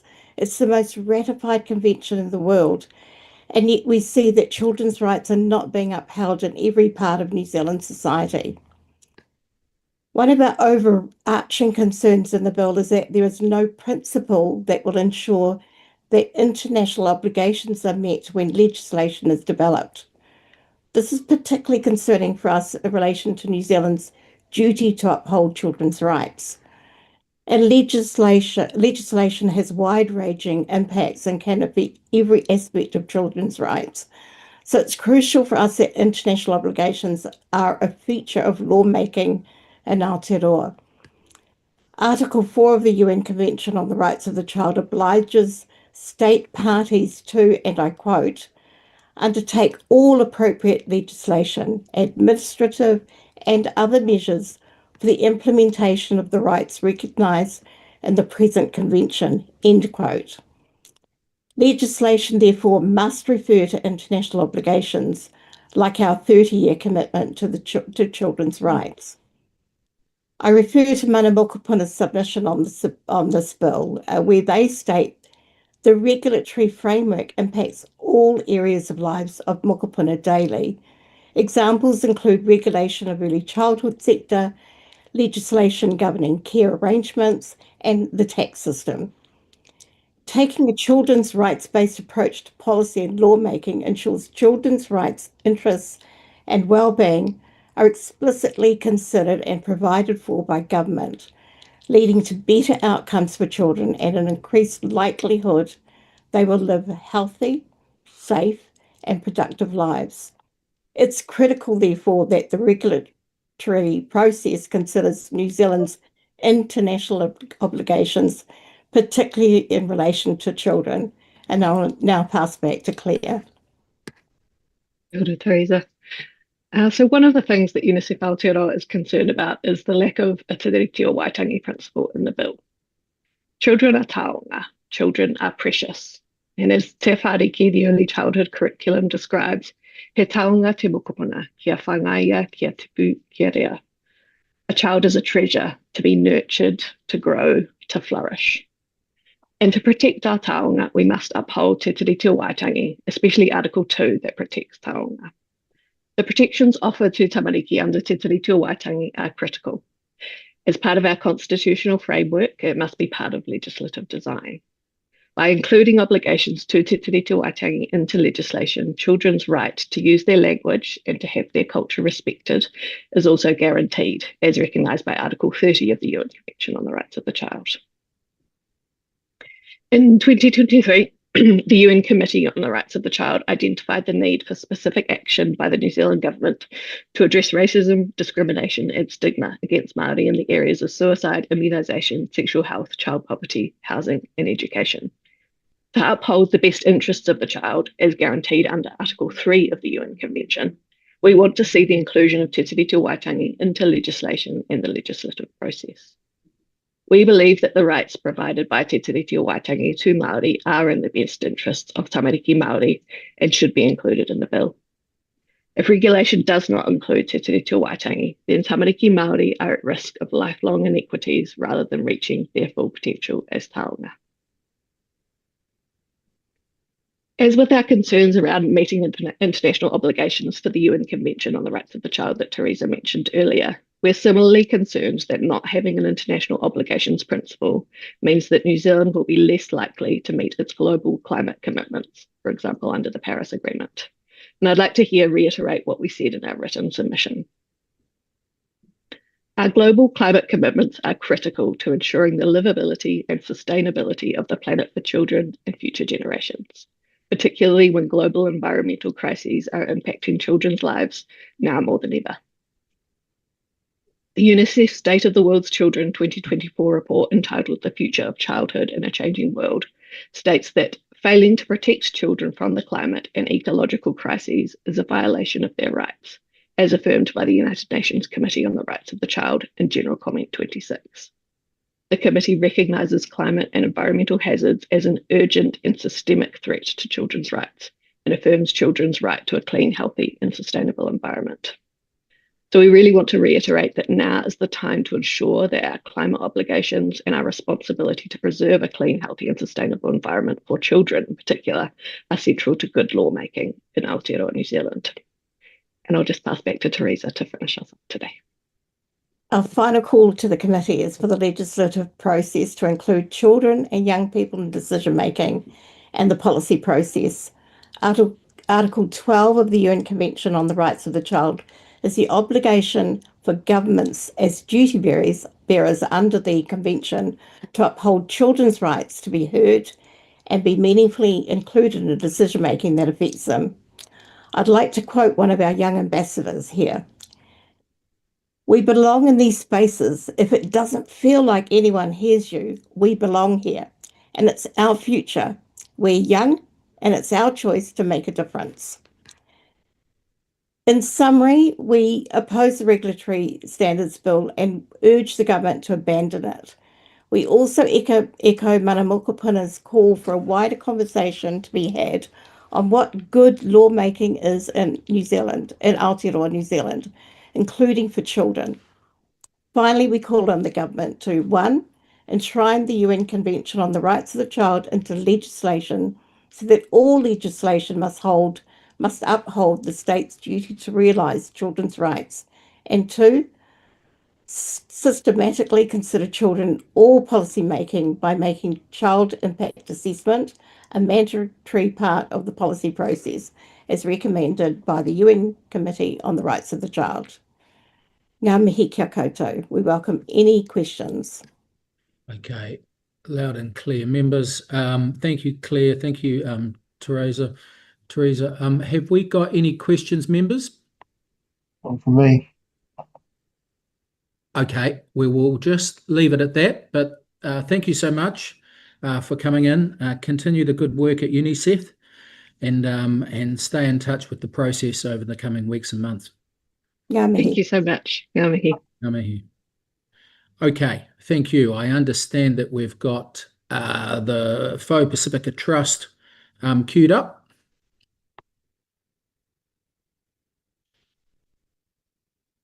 Mute. Kia ora. Kia ora. Just get my script here, sorry. Talofa lava, I will show my video as well.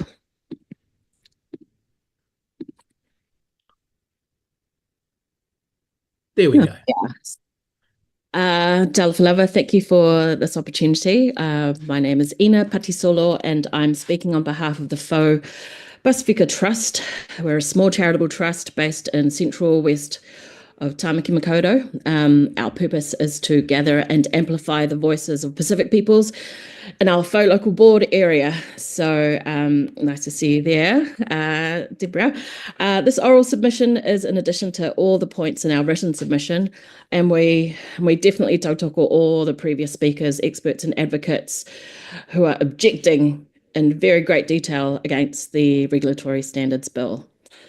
We strongly oppose this Regulatory Standards Bill. We strongly oppose the values of the architects behind this bill. We strongly oppose the neoliberal lens that this bill would overlay across all future legislation. We strongly oppose the disregard this bill has for te tiriti or waitangi. This bill supercharges profit over public good, and we don't have faith that profit-making companies have the well-being of communities at the heart of anything, in particular in any construction. Since 1991, generations of Avondale communities and families have endured our leaky community centre. Leaking since it was built in 1991, it's still in use today. The wing designated for plunket visits for our babies and new mums has been closed now for 10 years due to black mould. The nearby Newland Merchant Quarter, a 10-storey apartment block built in 2014, now requires $50 million of remedial work, with pensioners living their twilight years in renewed debt and stress, with homes devalued by 80%. Will this bill remove the red tape needed to create better, healthier, more affordable housing infrastructure and protect green space that we need for our wildlife, for our children to play, for cultural and physical well-being?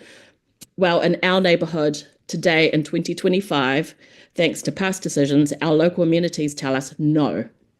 On the ground, our communities, our community groups are dealing with the consequences of out-of-touch, ideological and disconnected policies that serve profit-making multinationals over local people. And the Regulatory Standards Bill is another slap in the face to our communities and our democracy. We have 3 food banks on our street alone. Their shelves are empty at the moment. We have local children vaping, with a vape store 550 metres from the cluster of 5 schools, where there are 3,500 children alone in that cluster. Our children walk past a growing homeless population, many riddled with alcohol and drug dependence, with struggling local rehab centres and clinical support. We have a huge newly opened transitional housing development that's opened just down the road from the school, which has really impacted the school as well. All our local schools are at capacity, with behavioural and poverty needs overwhelming our teaching staff. My children bike on footpaths beside congested traffic lanes with no dedicated bike lanes or mode shifting policies in sight.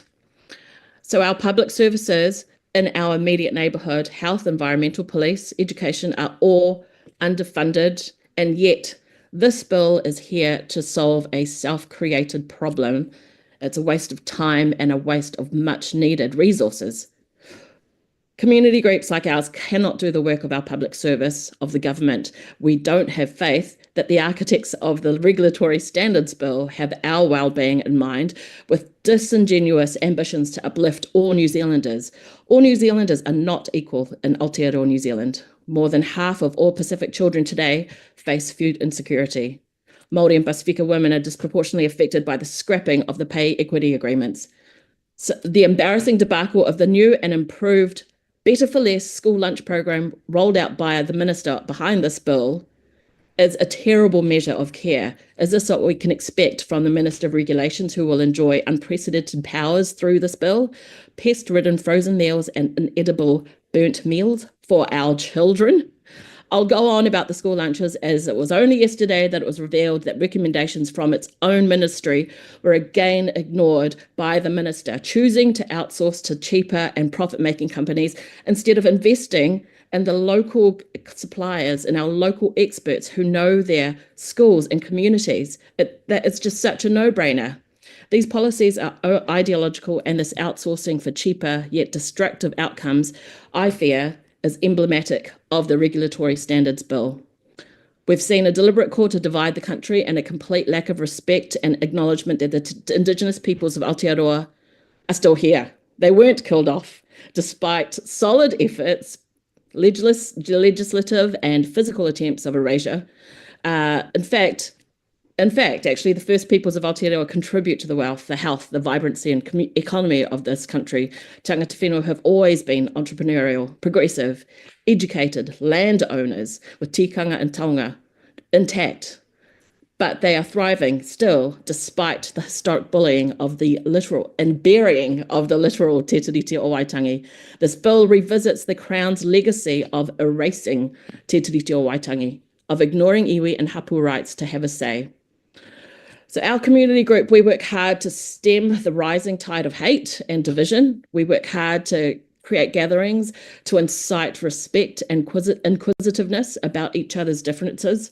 We've just finished a 9-day festival in our local community area. We aim to strengthen local communities by acknowledging the First Peoples here, and that Te Tiriti is actually a gift for us as a nation. It's progressive. How mature is our nation to have this foundation that preserves te ao Māori values? And I think that it's these values of kaitiakitanga and manaakitanga that are missing from our policies, that are missing from the vision for this country. So what's heartbreaking for us as a community group is that all of this race baiting and fear-mongering is coming from the beehive. We are losing faith in our elected politicians to make good decisions for our population. If this bill passes, the politicians sitting here are accountable to more division, fast-track degradation of our environment, degradation of our communities, social well-being, and fostering harm and division between all the cultures here in Aotearoa. You are nurturing a lack of respect and care between our peoples if a bill like this continues to pass. Kia ora.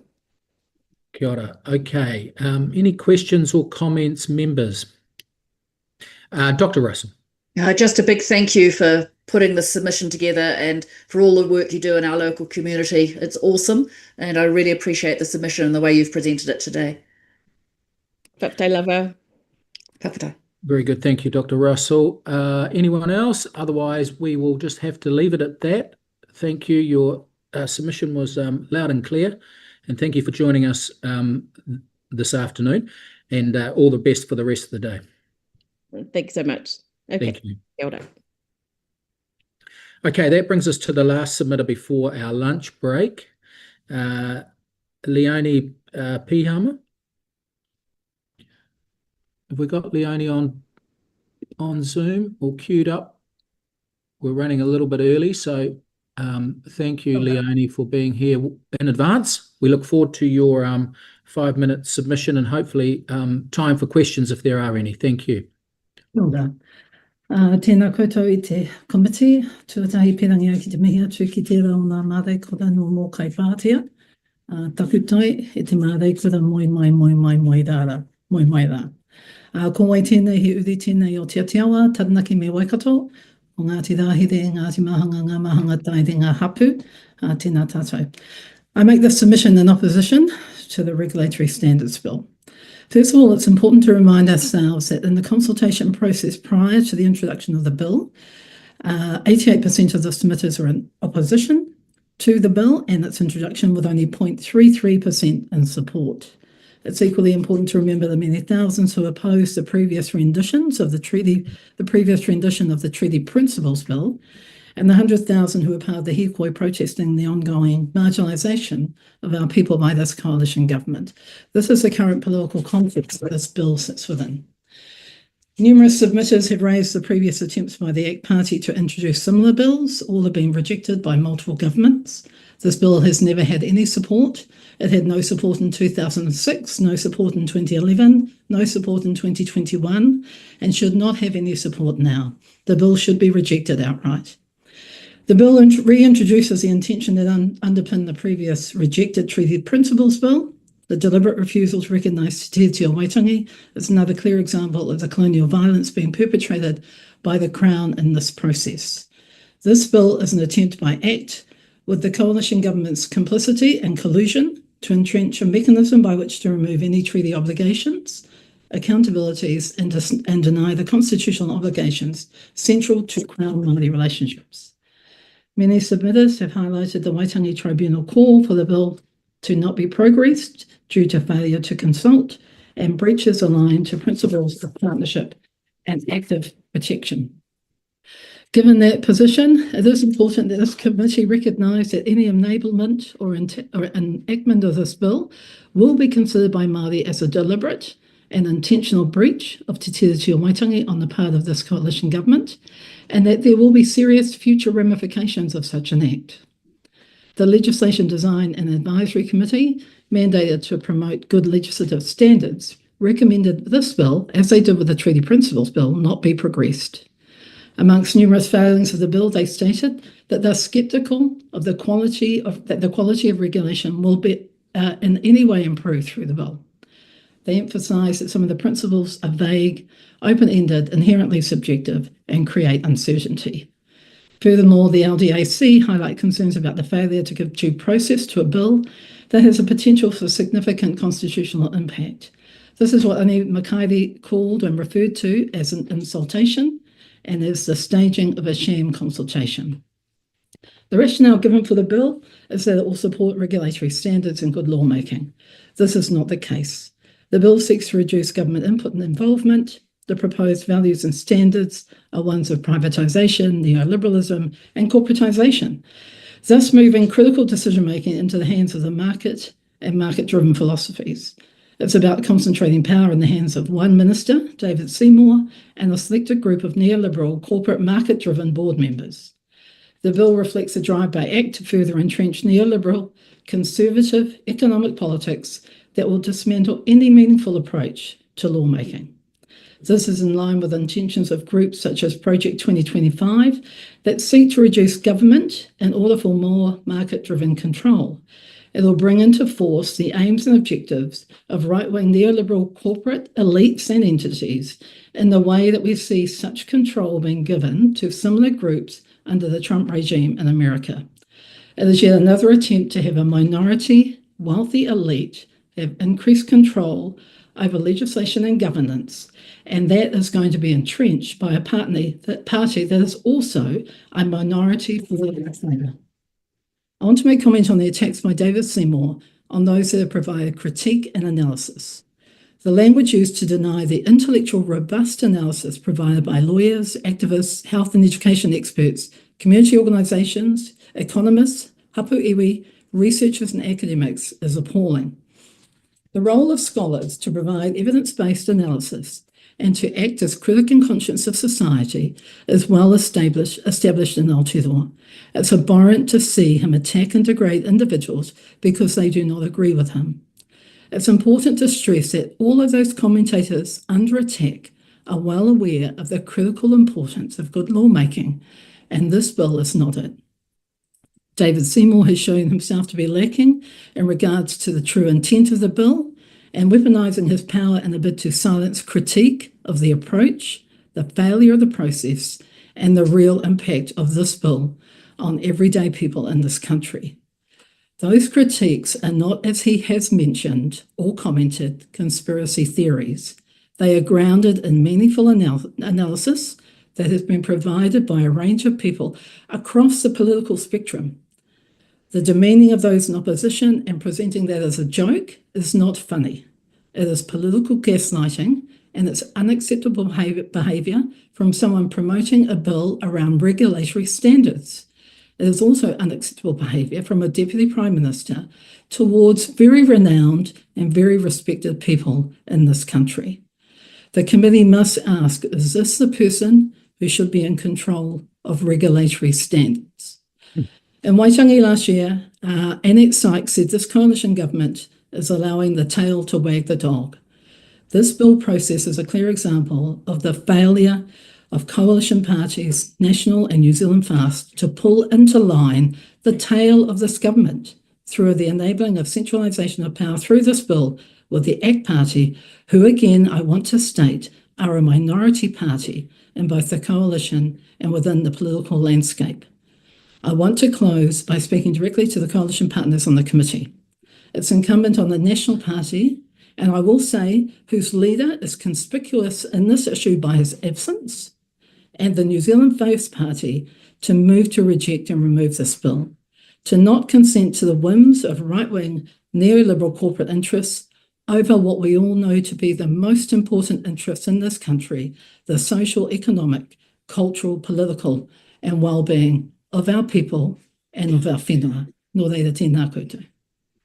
Okay, thank you, Leonie. We're over time, but it was important that you had your say. So thank you for taking the time and making your submission and appearing before us this afternoon. So thank you. Thank you.